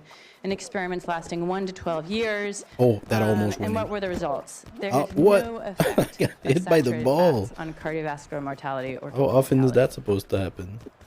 And this Oh, is, yes, push my it in. summary of it, but I can Push it in, you fuck. There's a Cochrane review on this with the same results, just no effect.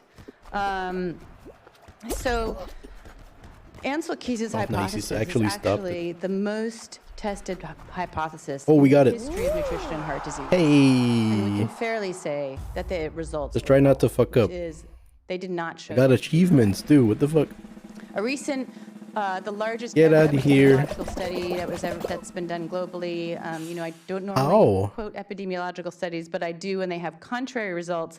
And this is one that Wait, how the is a fuck did truly that global happen? Study. They found that the more saturated fat Wait, people what ate, just happened? the lower their risk of stroke. Dude, I have to check the VOD. So that's a contrary result. And here, What this is just Selim happened? Ucsf, who is the immediate past president of the World Heart Federation. Are we saying like that we 2v2 or got it just wrong on saturated fats? there's nobody on the other team, dude?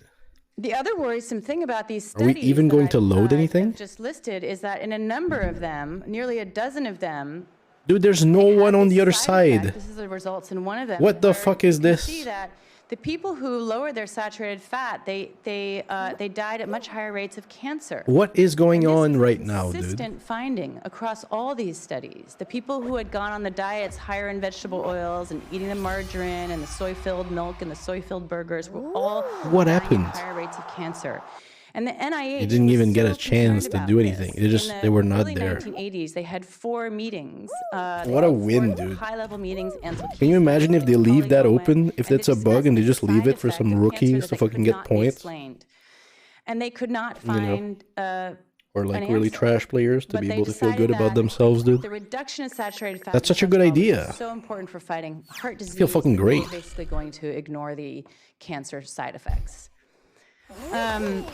There were also huge government trials on the What low the fuck fat had just happened? So just remember, Ansel Keys was particularly obsessed with saturated fats, right? He wasn't saying lower your total fat content overall. He was saying switch saturated fats for unsaturated fats. But in 1970, the American Heart Association really said, you know what? Let's lower all fats. Because fats are more grams per calorie than either protein or carbohydrate. So if we just lower the fat content of our diet, we'll save calories. It was sort of an untested theory. But they started recommending it to the American population, and subsequently, that's not how policy is supposed to work, you know. You're supposed to do the clinical trials first and then do the policy. But it happened in the reverse fashion. When they finally did clinical trials, including the Women's Health Initiative and 2 Boeing trials, these are just 2 of quite a large number.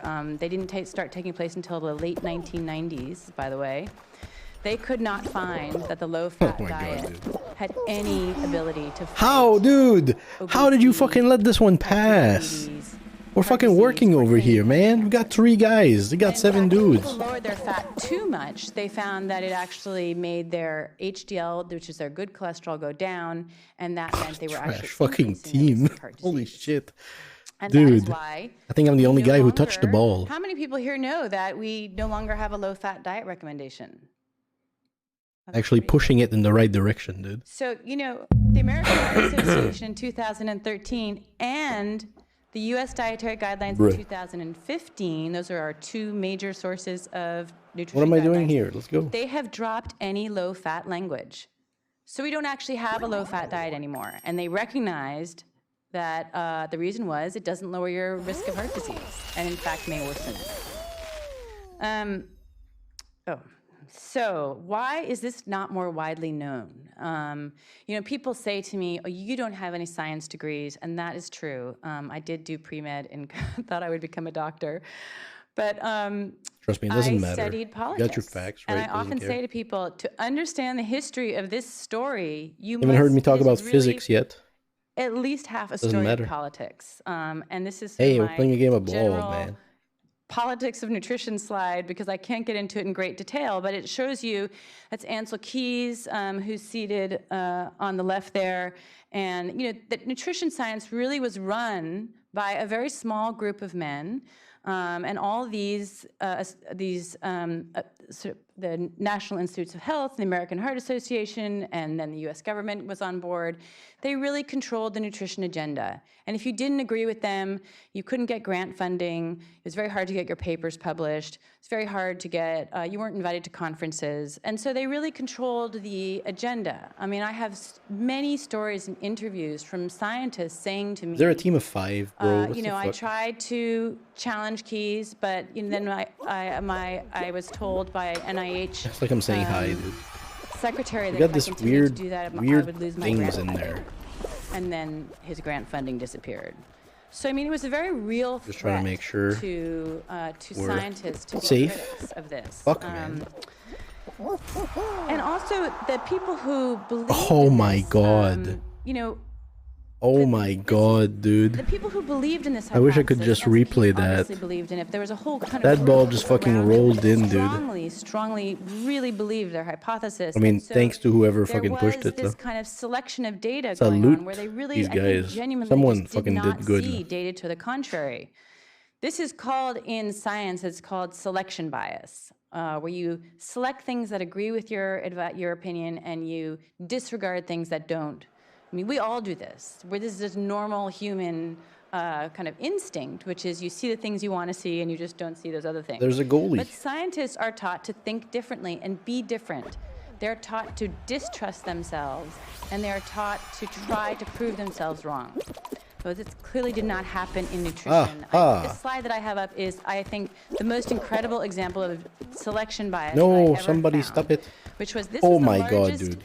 The Minnesota Coronary Survey was the largest ever test on Ansel Keys's Oh, hypothesis. It took place in 5 Minnesota mental hospitals, so well controlled. They controlled the diet. It was on more than 9,000 men and women, one of the few studies to include women. Half Oh the my people god, were put somebody on a went. diet Oh that my was considered god. average Guys, do unsaturated fat at the something. time, which was Holy 18%, shit. which would seem They're like looking at half balls. those now. But regular milk, regular meat, cheese. The other half were put on 9% saturated fat, which is about what we're recommended to eat now. So soy-filled milk, soy-filled cheese. At the end of 4.5 years of that experiment, this was their conclusion. There was no difference in the treatment and the control groups. Always going. And Oh, subsequently, baby. Actually, some researchers from NIH went back and That's looked what at I'm the fucking original talking about. tapes that were in the basement Cheers, from this cheers. study, the original magnetic tapes. You and fucking and did something, reanalyzed them dude. and found out that actually, Mine. the more the men lowered their cholesterol, the greater their risk of dying from heart disease. And that had never been published in this original paper. So those findings were not published. These original findings were not published for 16 years. This is an NIH-funded study. Findings are not published for 16 years, and then they're put in this out-of-the-way paper that they know nutritionists will not read. And this is pictured here as Ivan France, who is one of the project investigators. And when he was asked, much later by a journalist, well, how come you didn't publish the results? He said, well, there was nothing wrong with the study. We were just so disappointed in the way it came out. Which in science, I have to tell you, is a kind of lying. All right, so how does this become our official dietary guidelines and our official government there's no policy? In the late point, but I guess- 1970s, Senator George McGovern had a Because there's select money committee behind on them or whatever they're nutrition, paid to and they do, were you know? mainly looking at undernutrition, but they decided to look at these new killer diseases coming up, heart disease, and now cancer was on the rise. And he published this, that committee published this report. There's quite an amazing story about how this report came to be published. It was written by one Senate staffer with no background in nutrition who was sort of on his way to becoming a vegetarian and didn't know about the subtleties of epidemiology versus randomized controlled clinical trials, very much influenced by the American Heart Association. So they published this report, and that is what becomes our dietary guidelines. That's the basis of our dietary guidelines. And that, my friends, is what happened in 1980. Now, this is just a correlation. It's not causation. It's a suggestive correlation. You cannot say from this chart alone that the dietary guidelines caused obesity. I think there's a number of other scientific studies that give weight to that case. But it is. Look at me, it is man. a very What the fuck am I doing? convenient correlation for the people who crafted our guidelines. This ball. Stop the ball. I want to talk to you about Stop what is the the ball, I evidence say. behind our guidelines. And What so I wrote the this fuck story is going for the on? BMJ, Push the ball. And it Guys, stop actually giving went up on the ball. back to the most recent dietary guidelines. Holy shit. The guidelines come out every 5 years. The last set came out in 2015. Oh, fuck, man. And it came out right as my book was coming out. These and I went to fuckers, read dude. the expert report, and I was like, well, where is all the science that I've been studying?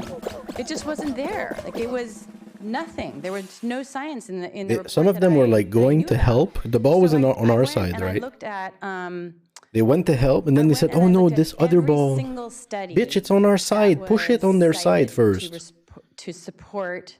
Fucking busy over here with the goal, man. We're all currently following today. Okay, so these are the USDA's 3 dietary patterns. There's the US style, which is really DASH, if you know what DASH, the dietary to stop hypertension. The Mediterranean diet and the vegetarian diet. You can see in terms of their macronutrient makeup, they're all pretty much the same. And you would basically call this a low-fat diet. Low-fat diets have been described as being anywhere between 25 to 35% fat. So it's still a low-fat diet, even though they're not calling it a low-fat diet. And that means that you're eating over 50% of your calories as carbohydrates. This is just another chart showing in a slightly different way that you can see that in terms of the daily recommendations of food groups, the diets are all very, very similar. So I went and looked at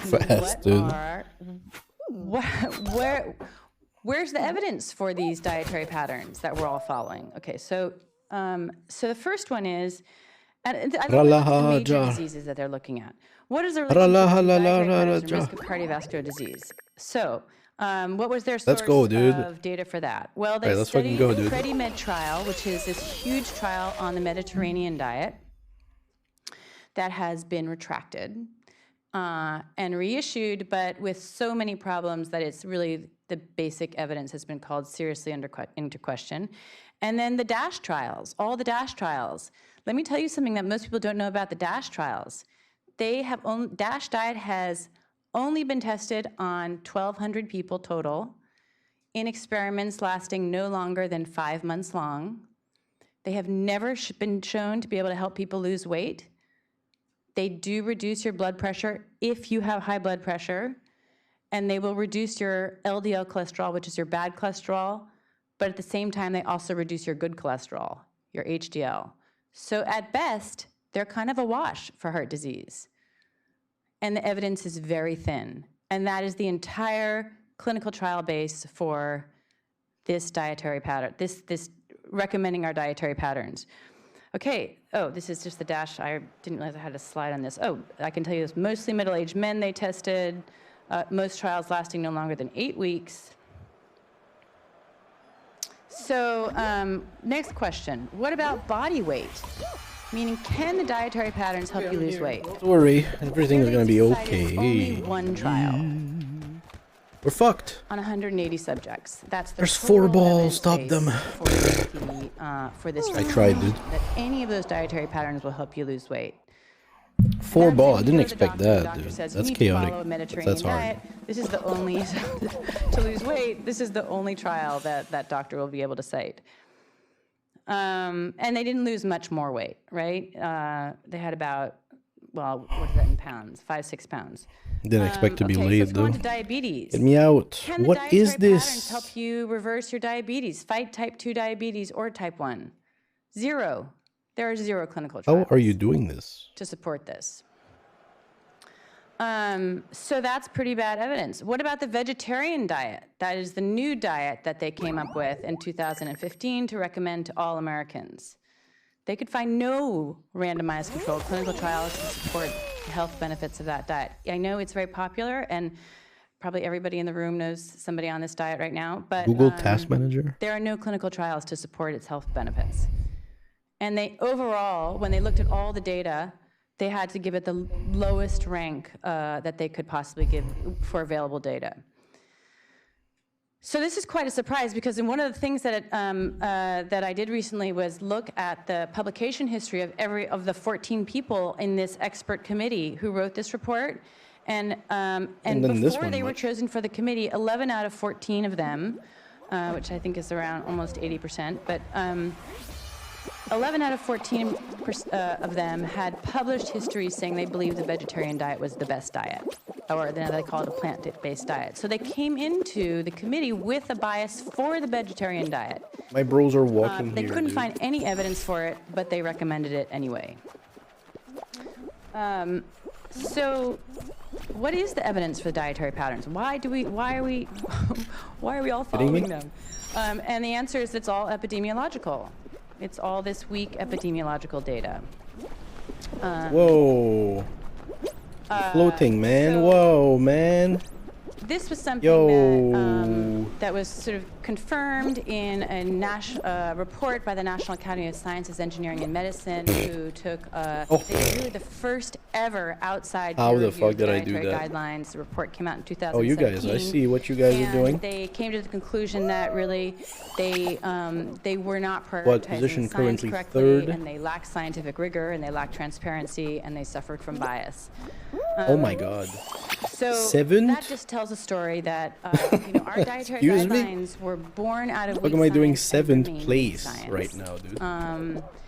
And this is not what we're told, though. 11th? This is what we're told. Excuse me? This is what I think mainstream journalists and experts will tell you this story, which is that First. it's your fault, America, that you're fat and sick because you failed to We're follow the first, guidelines and bro? you don't exercise enough. Are you kidding me? I'm a journalist, and I How thought, are we okay, maybe that first? is true. I should go and look at that data and see what that data says. And here's what the data says. What position? Second right Actually, now. this is the best available Where's my government dude? data Where is you my can find dude? on this My subject. dude? And it shows you what the trends are. Where's my in dude? Food consumption. I don't know He's if you my can see dude. this, but, Go, rookie. so Americans eat 20% Don't more stop. fresh vegetables, 35% Give it your more best. fresh fruits, 28% more grains than. I think that's it. I don't know. The years are from 1970 to 2014. All right, we're third. We're qualified. 7% Jesus more Christ. vegetable oils.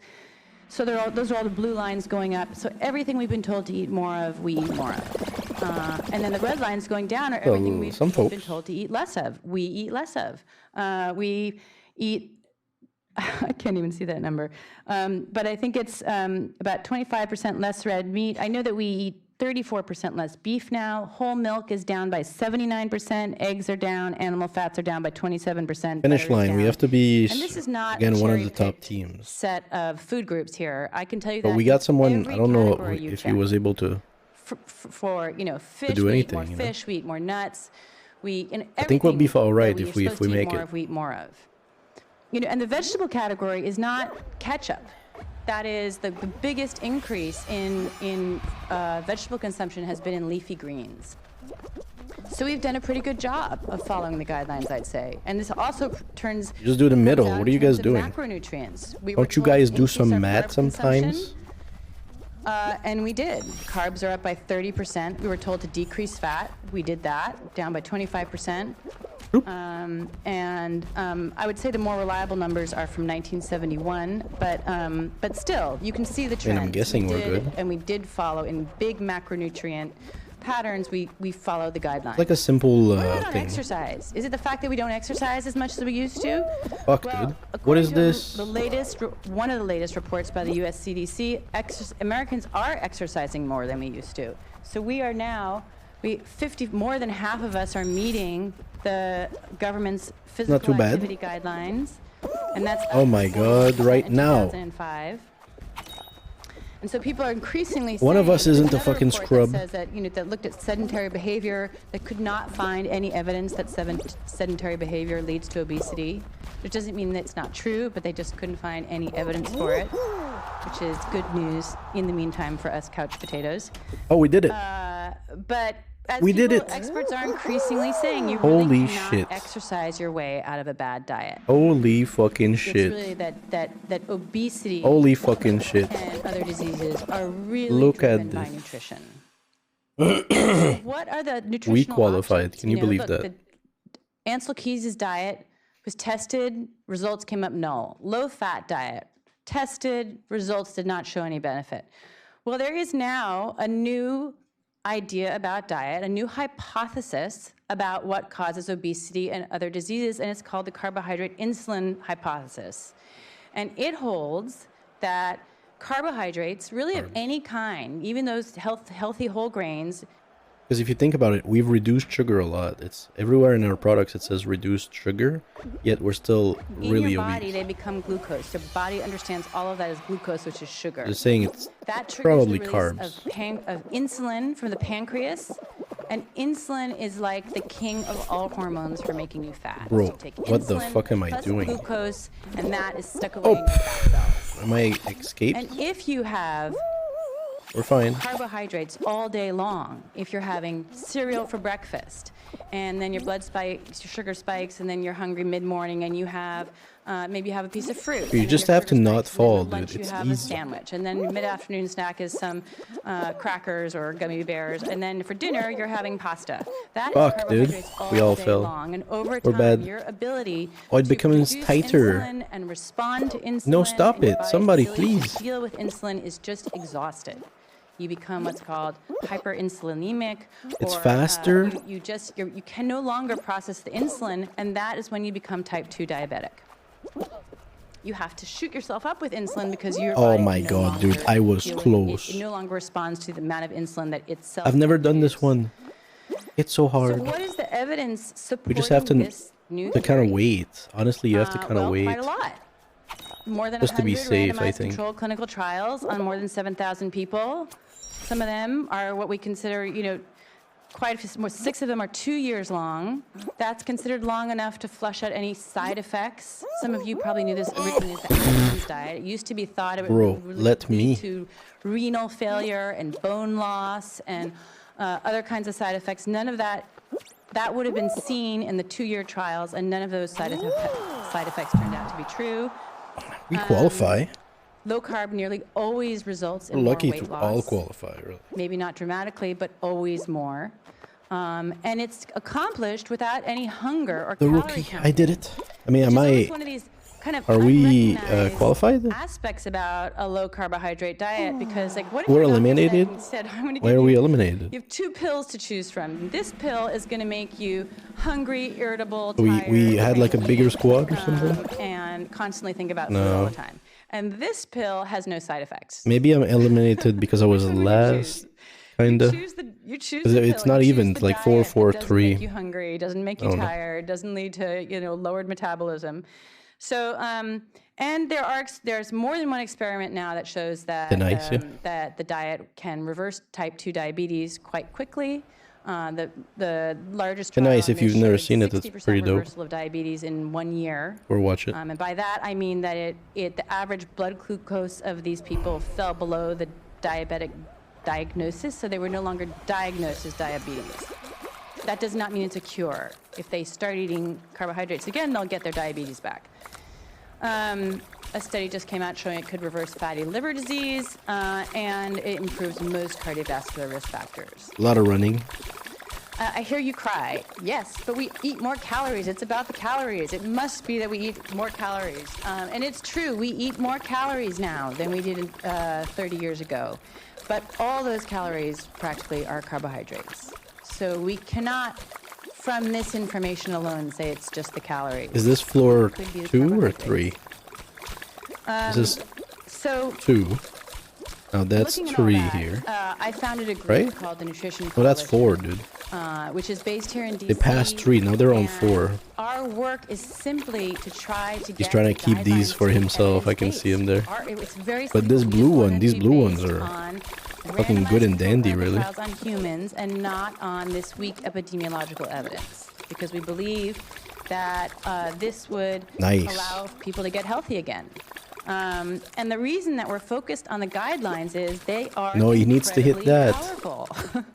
I know probably He should have throughout this hit that whole, one, you but know, he had talk, you're another one thinking, also "I coming don't up go to him. .gov website to find out my But he dietary had to guidelines. rotate his camera and find them all. I asked my doctor. He had a But fine look how spot, powerful really. The guidelines are. They control all the your school lunch programs, feeding programs for the elderly. They control women and infant children, what's fed to them. Those are the biggest budget line in USDA budget. They control all the K through 12 education. They are downloaded virtually by all the associations, the Diabetes Association, the Medical Association, nutritionists, and the Nurse Association, and then so at every point of contact. They have a vast patients influence in over every America's office, food choice. in I every agree. setting, you're being told the guideline. You're being taught the guidelines. They direct food for the military. We now have an obesity problem in the military. And they changed the whole food supply. So all of cattle were bred to be leaner. That's why we have pretty much only lean meat in the supermarkets, and led to the creation of thousands and thousands of low-fat products. They are really powerful. And it's a problem, Oh, yeah. and they haven't been helpful. That's just Nobody the challenges least that. we could say is they have not been helpful. And I want to, I also want to say about them that they remain this one-size-fits-all diet. And, one of our goals is simply to say, beyond there being evidence-based, we really need a diversity I of think diets. we're okay. Everybody in this room. This one, though, they're pretty strong on it. Is different and has unique and different kinds of nutritional needs, responds to diet very these differently. guys a little bit. Children have different nutritional needs. The elderly have different nutritional needs. People who are obese or have that was very diabetes or strong. heart Oh, it's disease going in. have a It's metabolic going in. issue that requires a different diet. So currently our dietary guidelines are only for healthy Americans. Did you know that? So that applies to about less than 20% of America is still considered metabolically healthy. So that is something else that really needs to change. And the final thing that needs to change is the dietary guidelines are currently, they do not meet nutritional adequacy goals for potassium, magnesium, choline, and something I'm forgetting. But I mean, it's they going should in. meet Come on. nutritional adequacy goals because people need nutrients. We just in had to order hold on some people, avoid dude. disease and to grow and healthfully reproduce. So The team really that's tried, the goal of though, the I gotta Nutrition say. Coalition. We It should be tried. all of our goal. And so I thank you for having me here today. I think I've landed on time, Terrence. We wanted to have plenty of time for your questions. And so I'd like to welcome any questions that you have, especially the hard ones. I don't know if you can play with friends, but that You over here. of course is totally open.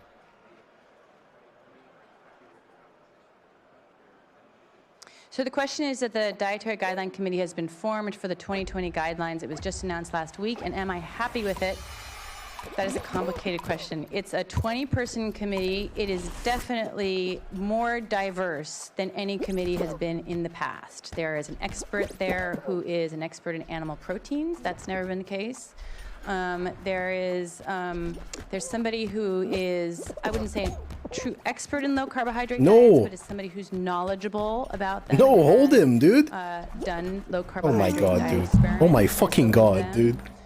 We just had one guy to hold. There is, That's all we had to do, dude. there is a Jesus Seventh-day Christ. Adventist who, as a matter of That religious is belief, insane. believes in a vegetarian diet. Dude, what an and I don't MVP, believe we should dude, be that mixing blue guy. religion with good science or policy. And find me somebody who does.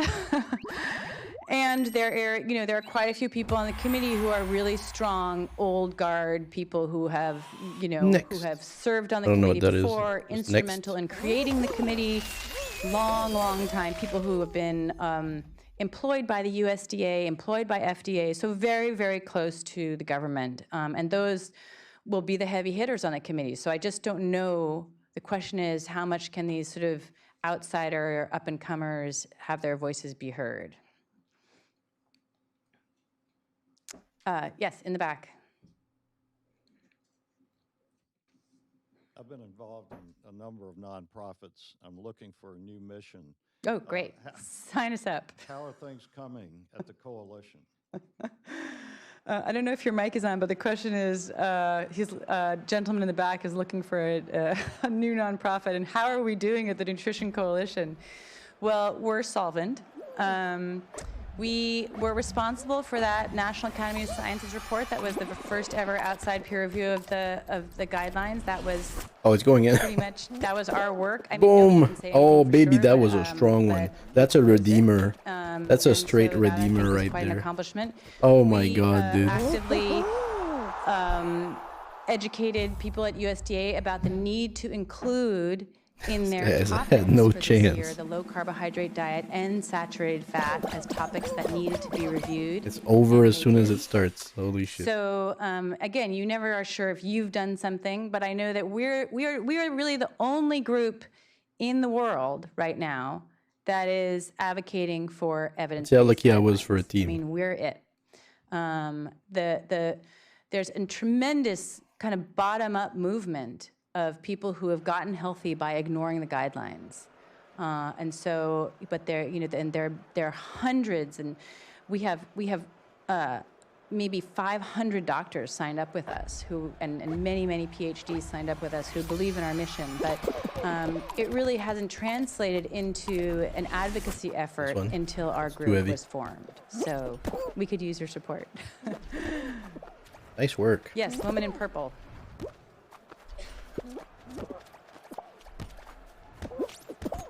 I did cut out carbohydrates and my blood sugar did go down.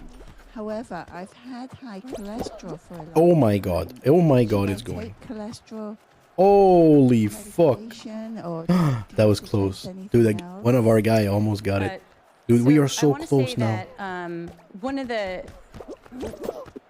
of the chapters that don't let it one of go. the sections of my book that is worth reading don't let it go. Women Please. And the data on women and children We have to stop this guy. has been ignored. And how the data for women and children is very different than it is for middle-aged men. And one of the findings that came out of the very earliest studies that looked at risk factors found that women, especially women over 50, guys, what are you doing? Push the ball. They live.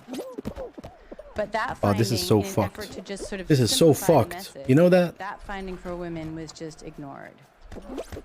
Oh my god, I'm so bad. So if you have, I mean, I'm so fucking bad. You know, there are people with something called familial hypercholesterolemia, which is super high cholesterol, and that's a genetic defect, and treatment for that might be different. But if you are regular garden variety high cholesterol, that is a good sign if you are a woman.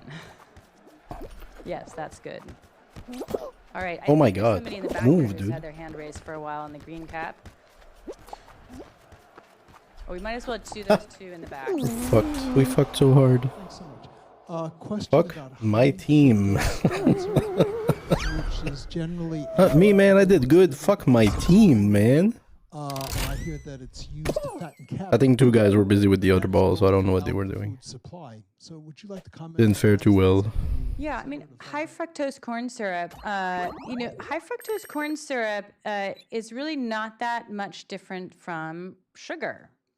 It's just one is and the evidence to show that it's really so much worse for health is not that strong. I mean, sugar is, Ted, correct me if I'm wrong here, but sugar is like 50% glucose, 50% fructose. High fructose corn syrup is 55% fructose and 45% glucose.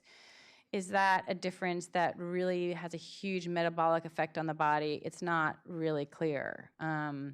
So in general, I mean, I want to say something about sugar versus grains. What fattens cattle is, how do they fatten cattle? Anybody know? They feed them grains. That's what happens. And that's why they go into feedlots, because just eating grass does not fatten cattle that efficiently, so they stick them on a feedlot and they give them grains. So remember the big bottom slab of the food pyramid. What fattens humans? Could very well be all those grains, or grains plus sugar. But I'm not convinced truly by the evidence to show that high fructose corn syrup is so much worse than just regular sugar. I think he's had his hand up for a while, and then maybe down here, you've had your hand up for a while, yeah. Regular. I actually had a little different comment. It's the race. To build on what you just said about fattening the animals in a feedlot. The way you get them fat is to feed them more grain. The way you get them to eat more grain is to actually put less salt density in the grain, because there is an inherent appetite for salt. And so that's how they get them to eat more grain. Which gets me to the other question that I wanted to get to, which is, first of all, congratulations. Oh my lord, man. The political machinations. What have I done? I'm more familiar with the salt. What have I done to deserve this? Fat ones, but it's the same Come story, on. and only the actual. Dude, push. But the question I had was, are you familiar with the latest? I like having the objective in the background. Neural control of appetite. Yeah, that's good imaging. Good imagery. A study that came out Imagery. in a New England Journal just 2 to 3 weeks ago, where it pointed out that for water, what was the here? Water, salt, and Oh my lord. food generally. Oh, we counterbalanced it. quantities of We can make it. are driven by Hell yeah. appetites modulated by the brain activity. Oh, we have to counter it. So if Counter you're it. not familiar with- I'll share this story. You fools. They're touching each other's dick. Counter it. God damn it. Said, a cow or a steer will have Counter, an appetite for salt, and that's how you deliver antibiotics too, because you can eat it. Nice. That was very nice. I don't know how it happened, but it was nice. There because the brain tells the body keep eating. And Right. that's why when you go to a low sodium diet, as opposed maybe a low fat diet too, but a low sodium diet, people will keep eating the same amount of sodium. And that, you showed the chart about how we follow the guidelines. Salt is unchanged in the entire time of that guideline. Except Holding for on the you. school lunch program where it's been Don't let him required now to pass. go down. goddammit.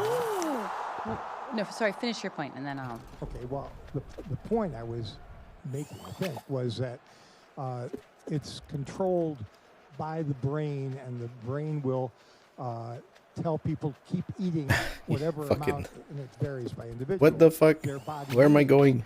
Oh, he's Therefore, just if they starting. try to choose low sodium foods, Damn. they'll just end up eating more food. Yeah, buddy. Let's go, buddy. So yes, that is Push. right. I mean, the This one? brain regulates appetite, and the way I think about it is the body. You know, your body requires certain nutrients to survive, and if your body is not getting those nutrients, it sends a message up to the brain: eat more. So if you, what I was saying is that that under the guidelines, because they've reduced salt, say in the school lunch programs, that means there will be reduced salt in any of the USDA feeding assistance programs, and that means that kids are likely will then, if they can get it, eat more food because they need the salt. It's true of other foods too, and that's one of the reasons why people, when they reduce carbohydrates and they increase fat and protein mainly in animal foods, say, they won't eat as much, or they won't, what is a sort of a tautological term, but they won't overeat. And that's because their body is getting, those foods contain the nutrients that they need. And We see that the plate is in between those four glowing things right here. The way to talk about it is they say Just fat like and protein are these. more satiating, and they fill you up. And they've done experiments on subjects where they put a stack of pork chops in front of people and say, eat. You Oh, must okay. eat You just break at People some cannot point. overeat in pork chops or steak. They're just like, I'm Interesting. full. I'm really full and I can't eat anymore. But you know what it's like to open a bag of cookies or crackers or popcorn or crisps or whatever. You can eat that stuff forever. And I know because I used to live on rice cakes. Dude, this is so easy. You never kidding get to the me? bottom of the Oh number of no. rice cakes that I I could tried to eat grab it because I wasn't again. getting the nutrients This is that way my too body easy. needed. So your body is This is not normal.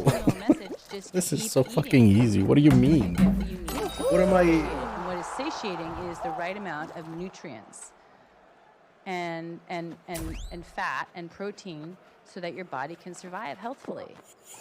So anyway, so that's it's a complex subject about appetite, but I think it's basically driven by our basic biological needs. Our bodies are not idiots. These ideas like, oh, go fill yourself up with water before a meal, or fill yourself up with celery, or your body. Got ourselves all kinds of nuts. It's not going to be filled up Sunflower with celery. It's gonna seeds, get hungry seeds and later nuts on and seeds. Something else until you give it what it needs to live. Oh my god, dude. Yes.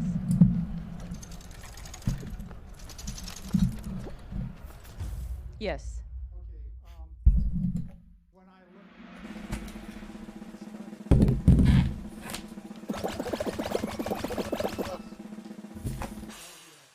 Correct. And that's debatable, okay, whether you should include it at all. The diet that made everyone sicker was the ADA diet. Right. And I keep seeing this stuff over and over again. And you pointed out American Heart Association. Why can't the ADA be sued into extinction? Because the amount of human misery that they're responsible for is just unbelievable. I mean, this tops anything you could talk about in the 19th century with respect to medicine, okay? All right, I'm gonna start trying to figure it out.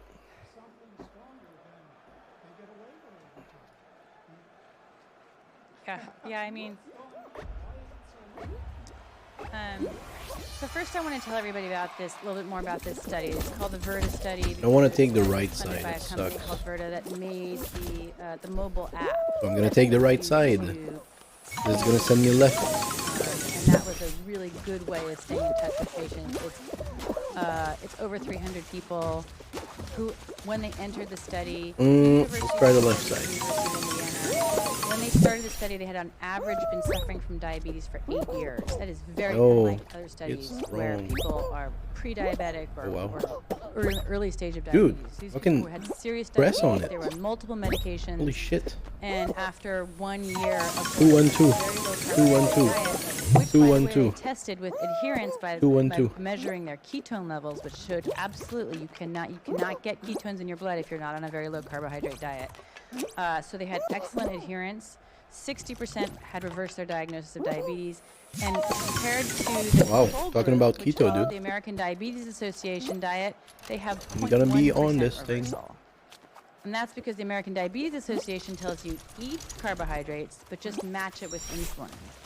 So, you know, you're just trying to chase your carbs all day long, matching it with insulin, and then you get every No, more just insulin, and, please, you know, next insulin time, is not a benign drug. It makes you gain weight. Oh my God, they're Weight all off of qualifying. this negative loop of gaining weight, getting more diabetic.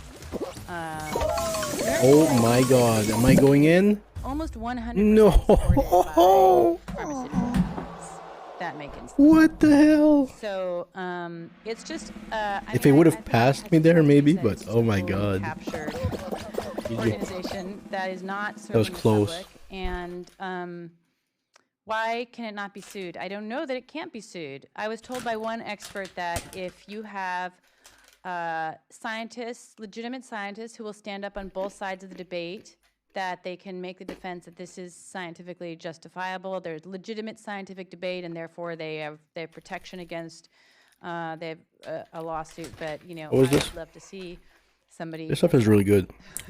Almond, cashew, pecan, spice with sweet chili. Costs like $10 a Here. small pack, and it looks small.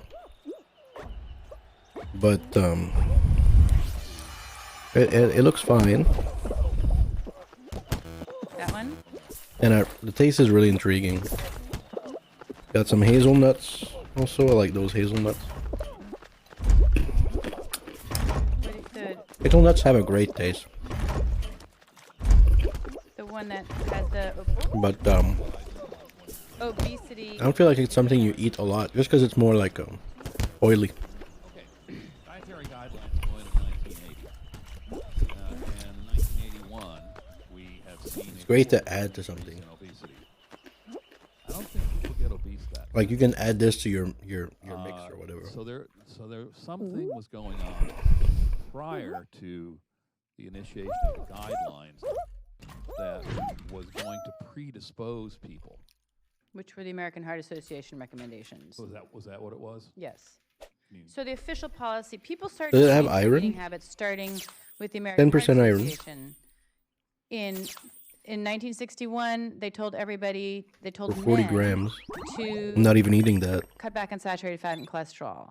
And then they said, So if I'm getting 5% iron, because my blood is high on it's iron. just easier for a household Iron to cook one 8% for meal what? For everyone, so let's all 40 grams, you got a let's 150. all take care of the dad, and What about and you, we're baby? preventing heart disease for everybody else in the family too. In 1970, they 25%. start recommending the low-fat diet, and It's everybody 50 starts grams. learning through newspapers and magazines, Which is a and quarter of echoing that this, which message would be a to lot, start honestly. lowering their fat, and they did. Doesn't look too I bad. think it is true that that is a very What about the sharp mix here? incline that you see there, but you have to remember Mostly peanuts, that I think. U.S. guidelines, the whole food industry is swiveling around to respond to them. But it's got soybean and peanut oil. USDA puts out Why, a notice dude? saying we need in the next Like, 2 years, why? we need 3,500 more How, low-fat dude? products on the shelves. They get the oils out and put back oil in. I mean, what is this shit? Food industry. And all of cattle start to 8% be, iron, they change all the cattle to be 50 bred together, grams, and but they this is change like a everything lot. that's sold in the stores. But there had been this whole So you're odd. right. There had been 20 years prior, where the American Heart Association was getting out these messages and they're going out through magazines, and so people are Doing already things. changing Yay to doing things. over here.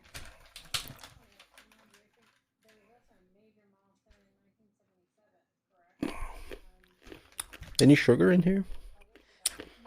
These, yeah, because they're sugary. 1997 was A little the bit. report by the Senate Select Committee on Nutrition. 5 grams, but for So, 40 and that grams. came not out, and there 40 was a grams. lot of, well, actually, in the years Oh, a that, lot. right after that came out, there was a lot of 5 grams a lot. controversy around it. For fucking And there topping were, some there were a nuts, couple of dude. years where there was And like a just quarter of the tremendous bag? amount of debate. But yes, so that How the was- fuck do you do that? Sort of brought it all to the fore. There's no Made it more sugary piece, it's just a coating. all more known. Good point. All right, There's no you've been waiting for dextrose or quite a while anything. over here in the corner.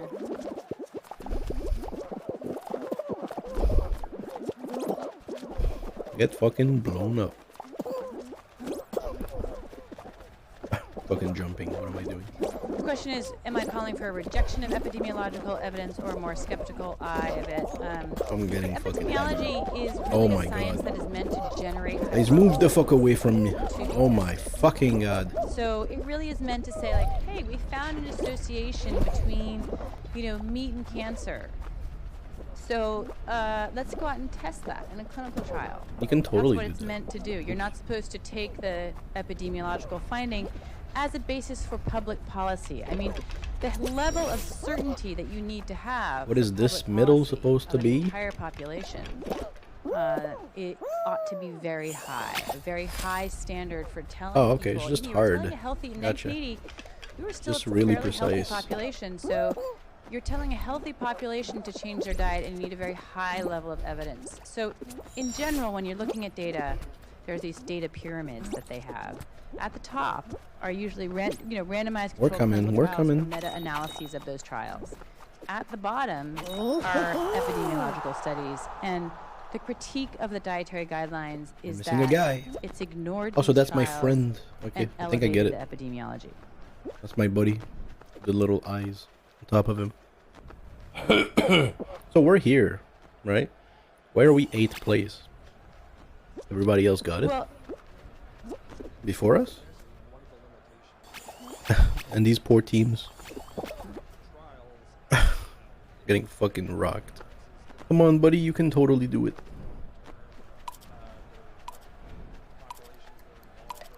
Hey, that's tight, dude.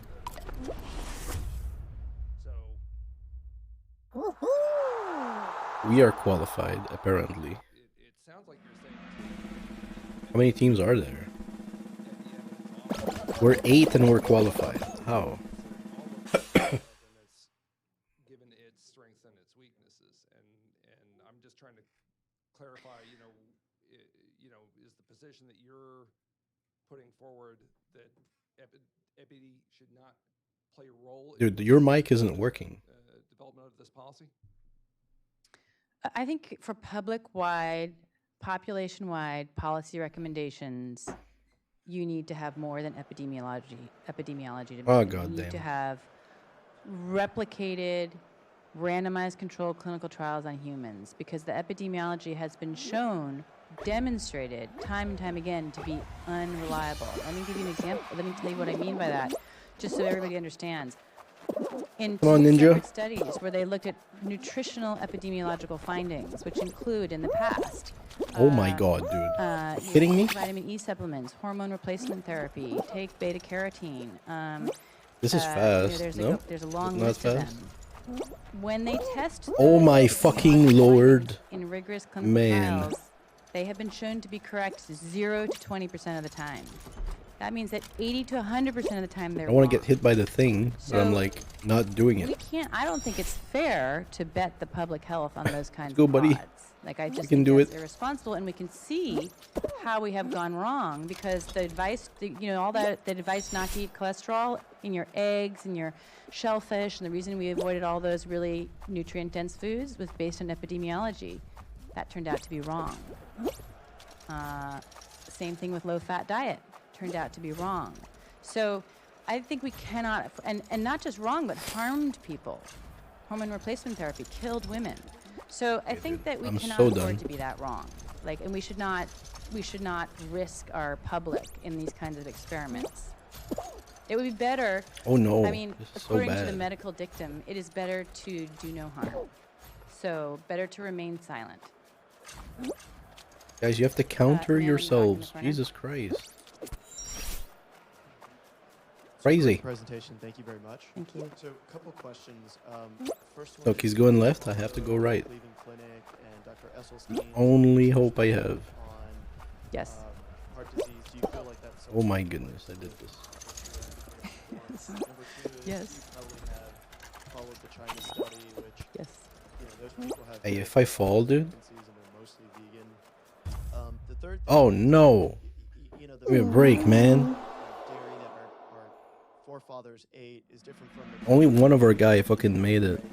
So I'm expecting one close here to stay. and then also Oh, but fuck, dude. climate. I know this is Cato and they're not exactly advocates for climate change, but it's reality. And so do we think about My fault, dude. those It's too bad. things And Yes. in our diet, so I appreciate Yes. Have a that. fucking mic, dude. So there's a number of arguments about, for the vegan diet. So at the Cleveland Clinic, there's somebody named Caldwell Esselstyn who recommends a vegan diet. He's done one uncontrolled experiment, so no control group on a very small number of Oh, I hate people, this fucking level, dude. and was not not controlled in terms of how he followed up on them. So Okay, I I'm think not playing, his never mind. data is not strong, and it's why the Dietary Guideline Committee didn't cite it. They also did not cite the China study because that was never published in a peer-reviewed journal. Oh my god, And go, has dude. Then there's been a number of problems with that study, which is, in the end, an epidemiological study, never peer-reviewed, never published in a peer-reviewed paper. So there are problems with that literature. The question about meat and dairy being different today than they were previously, I think that people always have the choice, if they have the income, to go and get higher quality meat and higher quality dairy if they feel like that's worth it. I looked personally into the question of whether there are actually hormones in our milk, and they're not. That turns out to be a sort of a myth that's been perpetrated by I don't know who, but. So if you can afford it, but I think given the choice of buying conventional meat, which a lot of still contains folate, selenium, B12, all the B vitamins, zinc, iron, compared to having pasta for dinner, which contains none of those things in their natural form and is full of carbohydrates. I still think the better choice for a family on a budget is the meat, because it's nutrient dense and it allows children to grow healthfully. The question of climate change and whether or not animal agriculture drives climate change is, I think, I can just say it's one of unsettled science right now. There are many things that it's been promoted by people flying on private jets around the world. But no, I take it as a serious issue. It's just that I think that, we need, my basic point is we have a tremendous obesity and diabetes crisis in this country. Diabetes alone, without even the side effects, costs $322 billion a year. Oh, what a fucking MVP. We are unhealthy, we are suffering. What a fucking save, huge bro. Economic cost. So I think the question that I ask myself is, what is the diet that will make us healthy, for which we have the evidence that makes us healthy, and how do we make that diet sustainable? We cannot enshrine this diet, or the diet, the diet that is making us unhealthy, and make that the sustainable diet. That puts in place ever rising. Oh, nice. obesity Nice that push from the blue there. is He unacceptable, was or very should be well placed. unacceptable to us. Nice position. Good point. It's gotta give. It's gotta give. Get us the fuck out of here. Thanks for the presentation. Fucking as you bad said, team, your dude. book is a lot about politics. And The ball was on our side most of the time, if not all of it. way isn't really limited to nutrition. It's about academia, all the time. rivalries and jealousies and studies and Out. people saying, I can't talk to you about that, and that sort of thing. As a result of your research, do you think we should all have a more skeptical attitude just in general about what is or is not science?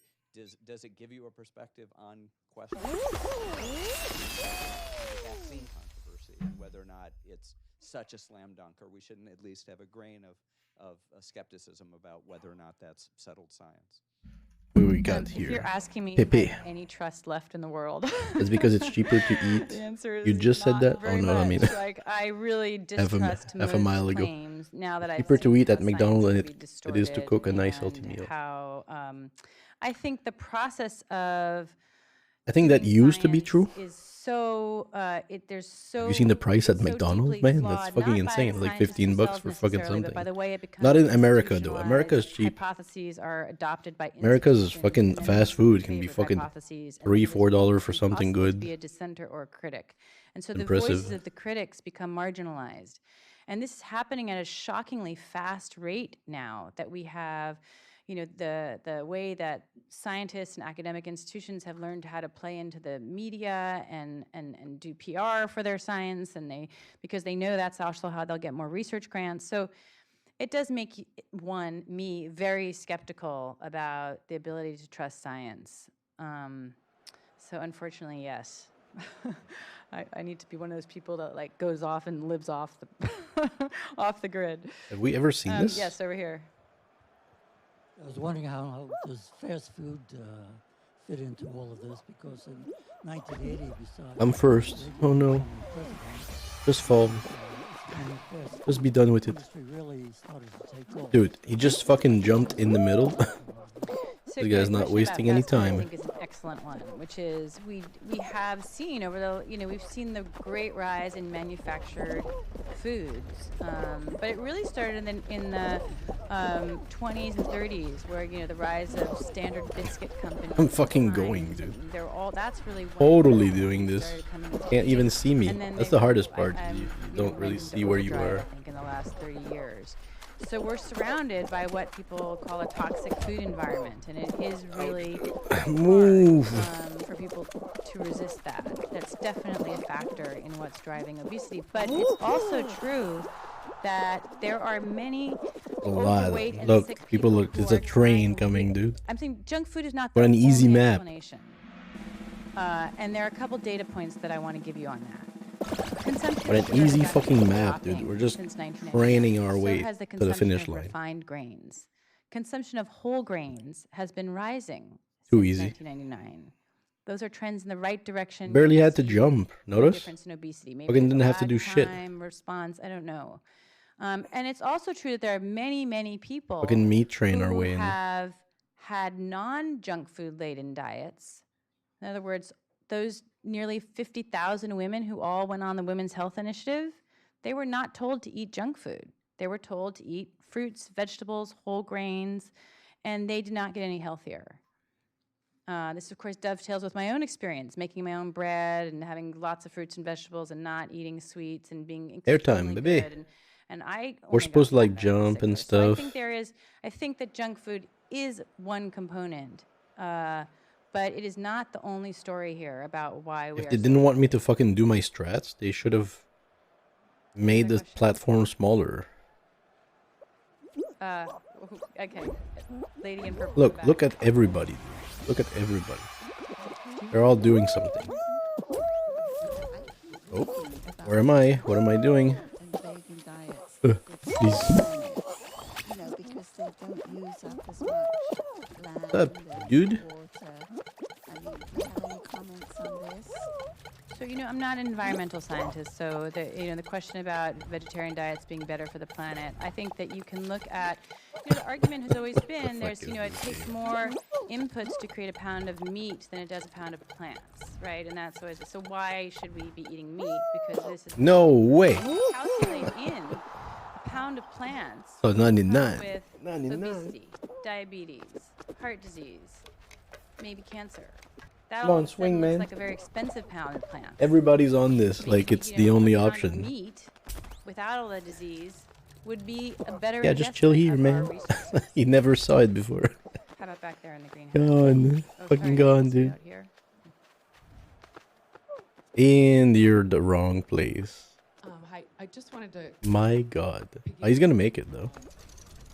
Question comment from earlier is that one of the things that I know Making points. He's making it. He's making it. One of the things I find So close. disturbing and really frustrating is methodologies and opinions become institutionalized, and particularly in the lack of nutrition education in medical professions. Like my dad has diabetes, recovered from prostate cancer, is kind of borderline dementia, and I have to argue with him against his own doctor's advice. Penguin pool party. Grab and hold onto a penguin to score points. Do you slow though? Low carb, higher fat, and it's going against his doctor's advice, his primary care physician. He's different doctors, and even several friends are doctors, and they have a primary care doctor and an anesthesiologist have the same amount of nutrition education, and it's As you wish. we're up against. Where are these little fucks?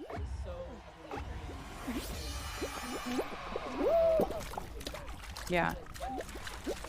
Medical schools. Yeah.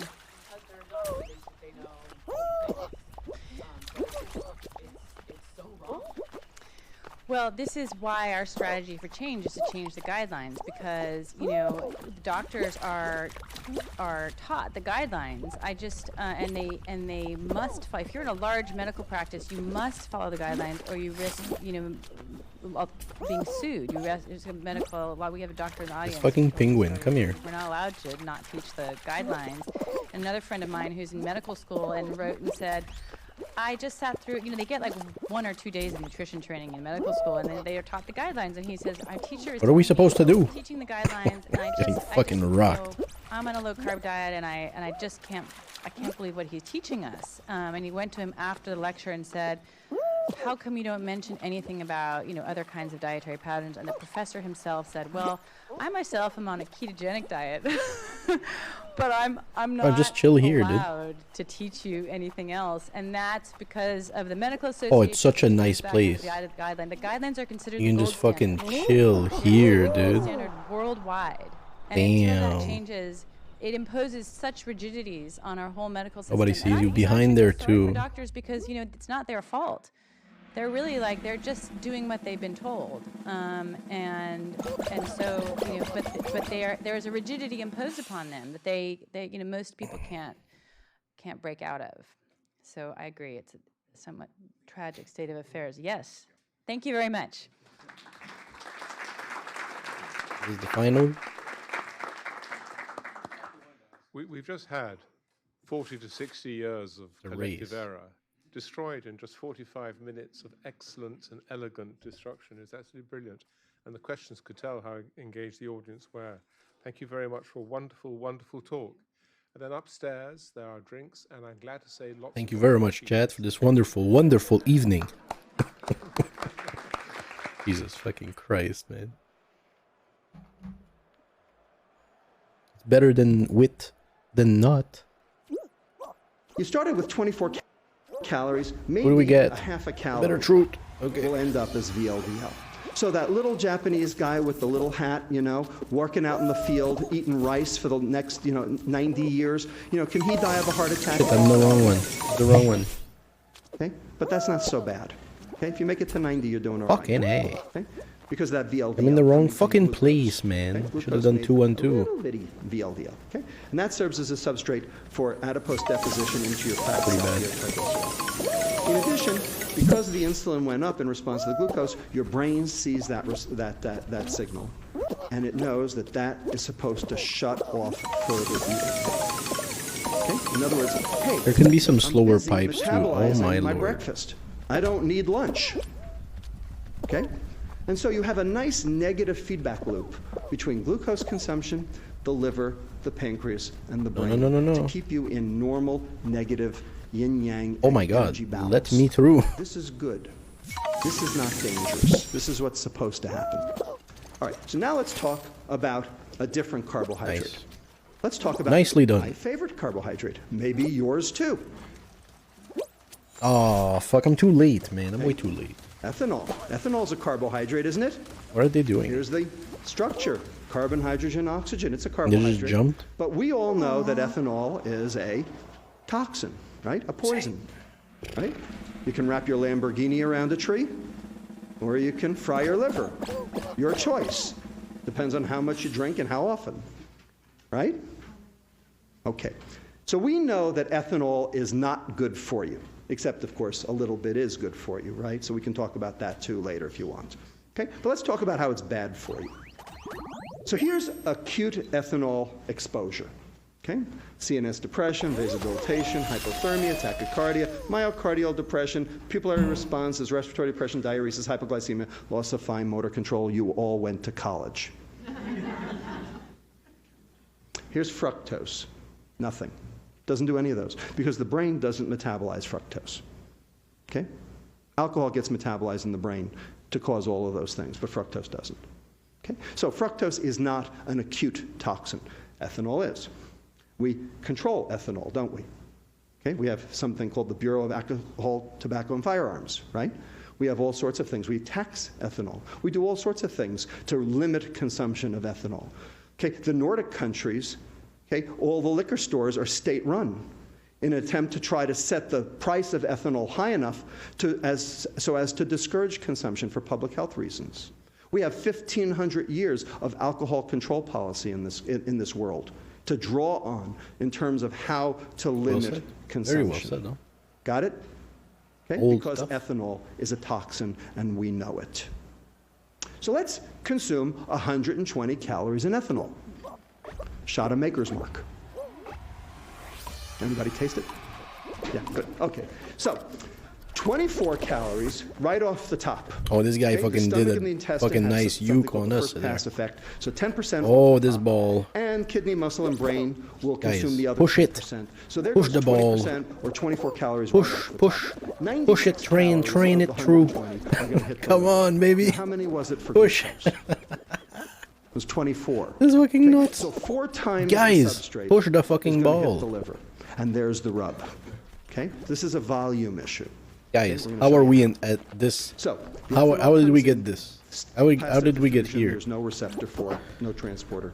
First thing Push that the happens ball. is ethanol Oh my is converted. god. It's not hard. Look, we're winning. Called acetaldehyde. Okay? We're gonna Anybody know win. anything about aldehydes? This Like is not supposed to be a formaldehyde? challenge in any way. Right? Are aldehydes good for you or bad for you? They're bad, right? Because what do? They can cause cancer. They cross-link proteins is what they do. Okay? So gonna guard if a you little bit, cross-link enough though. proteins in Can't your believe liver, this. what do you think happens to it? You get Can't something fucking called believe this right now. cirrhosis. Oh my god. Right, exactly. All right. So this guy over here is bad. Okay? And it generates something called reactive oxygen species. And reactive oxygen species damage proteins in the liver. And the more alcohol you drink, the more of this stuff you get. So far, so Nice good. job on this Okay, first so one. this is I'll one try of to the grab reasons him. why alcohol is bad. Now, the I can't believe acetaldehyde this. will come down here to Get us the fuck out of here. Get us the fuck down. This way, that way. Will get converted to Let this acetyl-CoA fucking and team participate play. in I can't TCA believe cycle this. just like before, okay, to generate energy. Get us outta here. You know, so that alcoholics don't die. That was fucking insane. Lack of They had energy, like they got energy, 2 good people in their team, and us They're 2 gonna have a maybe, whole 3, lot of 4. citrate, We right? fucked up. Because they have 96 calories So that have to bad. get metabolized. How many calories made it to the mitochondria with glucose? About a half, right? Because most of it went to glycogen. Okay? So we've got a big citrate, so it's in big font Bro. to show you that we're Bro. talking about big citrate. Bro, I don't need to Okay? see this. And so the big citrate is going to get metabolized all the way Yeah. to VLDL by this SRBP1. And so you're going to get a lot of VLDL. And this is the dyslipidemia of alcoholism right here. Okay, everybody see that? So the liver's going to try to export this VLDL out so that it doesn't get sick, because when fat builds up in the liver, that's not good for it. Okay? Some of it's going to exit as free fatty acids, and those free fatty acids will take up residence in the muscle, and you get something called muscle insulin resistance. So insulin resistance, that's a bad thing. That makes your muscles and your liver not work so well, okay? And can cause all sorts of other problems like diabetes. Some of the acyl-CoA won't even make it out and will precipitate as a lipid droplet. So there's your alcoholic steatohepatitis. Pretty complex, huh?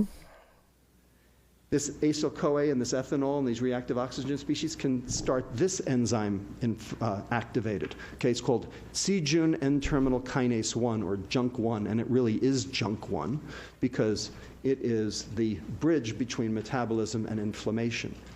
So when you generate junk 1, you do bad things to your liver, which I will show you when we talk about fructose. So let's talk about fructose. Okay? Fructose is sweet. We like it a lot. Okay? We like it in everything. We like it in our bread. We like it in our pretzels. We like it everywhere we look. Okay? So let's consume 120 calories in sucrose, a glass of orange juice. Everybody got it? So 2 slices of white bread, a shot of Maker's Mark, a glass of orange juice. All the same 120 calories, but 3 different substrates. Let's see what happens to the fructose. So, number 1, the glucose, remember, because sucrose is half glucose, half fructose. Jump, man. So 60 of the calories of the 120 are glucose. Fucking A. 12 are going to make it. Jump, man. Am I fucking stupid? Okay, Am I the same sleeping, man? 28 Maybe I'm we sleeping. had I'm just before tired, with I think. glucose. So far, so good. But all I will do 60 it. calories of fructose are going to be metabolized by the liver. Guys, Why? just do because it. only the liver can metabolize fructose. Really? So what do we call it? I'm just Well, trying, when sir. you take in a compound, I think I'm gonna that's foreign fuck, to your man. body, I think I'm gonna and only fuck, the okay? liver It's can going to metabolize it, fuck. and in the process Oh generates my god, if these guys can all hit a wall, dude. What do we call that? We call that No way, how am I supposed to do this? poison. So let me show you how it's a poison. So let's watch the I used the fucking thing. Fructose comes in through this transporter now. Before it was GLUT2, now it's GLUT5. We like froze for a second. I was like, no. Insulin. Remember, because Get me in. fructose does not stimulate insulin. Fructose then gets metabolized by this guy over here called fructokinase to form something called fructose 1-phosphate. What a fucking process, ATP has to give up 1-phosphate to ADP because the phosphate has to come from somewhere. So it comes from here. Now, before we had 24 calories that had to be phosphorylated. Now we have 72 calories that have to be phosphorylated. So we have 3 times the substrate, and there's the rub. It's a volume issue for right now. So we're going to lose a lot of phosphate. aren't we? Phosphor. It's an element. So there's a Chet. scavenger enzyme in your liver called AMP deaminase 1 to rescue the phosphates off the rest of the ATP molecule. And it takes ADP down to AMP, adenosine monophosphate, down to IMP, inositol monophosphate, and finally to the waste product, uric acid. Anybody ever heard of uric acid? What is it? The thing you pee, dude. It's a waste product. Goes out in your urine. Causes what disease? Gout. Right. Okay? What? Also What can causes I? another disease What? called hypertension. Okay? Let me show you how. Because uric acid, turns out, blocks the enzyme in your blood vessels called endothelial nitric oxide synthase.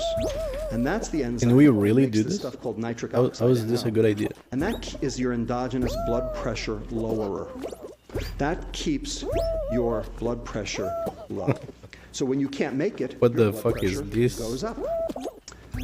So this just shows that fructose consumption increases gout in adults. Okay, so this is a You can always study jump came out like last that. year Oh my god. showing that fructose consumption increases the risk for gout, showing that uric acid's going up. And this is a study done by our pediatric renal fellow, Stephanie Wynn, just published Jesus in Journal Lord. of Pediatrics. Okay, it's not submitted anymore, it's long in press. Oh my god, Showing dude. that this is in the NHANES database in the adolescents, showing that sugar sweetened You beverages, have to do it twice, I as think. it goes up, your uric acid goes up. And not only does your uric acid go up, but here's your sugar sweetened beverages, and here's your systolic blood pressure going up. And here's a study done by Dan Feig at the University of Texas San Antonio, where he took obese adolescents What the fuck? and he gave them the drug allopurinol. And allopurinol is the drug that you treat gout with to lower the uric acid. And look what happened to the blood pressure system. What am I supposed to be doing here? Went down, showing that in fact uric acid is an important part of hypertension. We have a hypertension epidemic. What the fuck am I supposed to be doing here, dude? Here it is. It's the sugar. Oh my fucking lord. Okay, so GG, look at so this far we have guy's. high blood pressure. Let's keep going. The fructose will Let's get try like metabolized another into way. pyruvate. The pyruvate will enter the mitochondria just like before, throwing off a lot of citrate. Now here's a little trick that fructose does that glucose doesn't. Because these two can I'm outta here. reform this stuff over here called All right. fructose 1,6-bisphosphate. I think I'm taking a Which break. can then See if we come back. glyceraldehyde to form this guy over here called xylulose 5-phosphate. There is no We'll get to guarantee. xylulose 5-phosphate in a moment. But I want to point out this asterisk. That's there to remind me to tell you something. That's there to remind me to tell you that this is why the sports There is drink no guarantee. put high Thank you for fructose passing corn by. I syrup in the appreciate it. sports drinks. Full stream.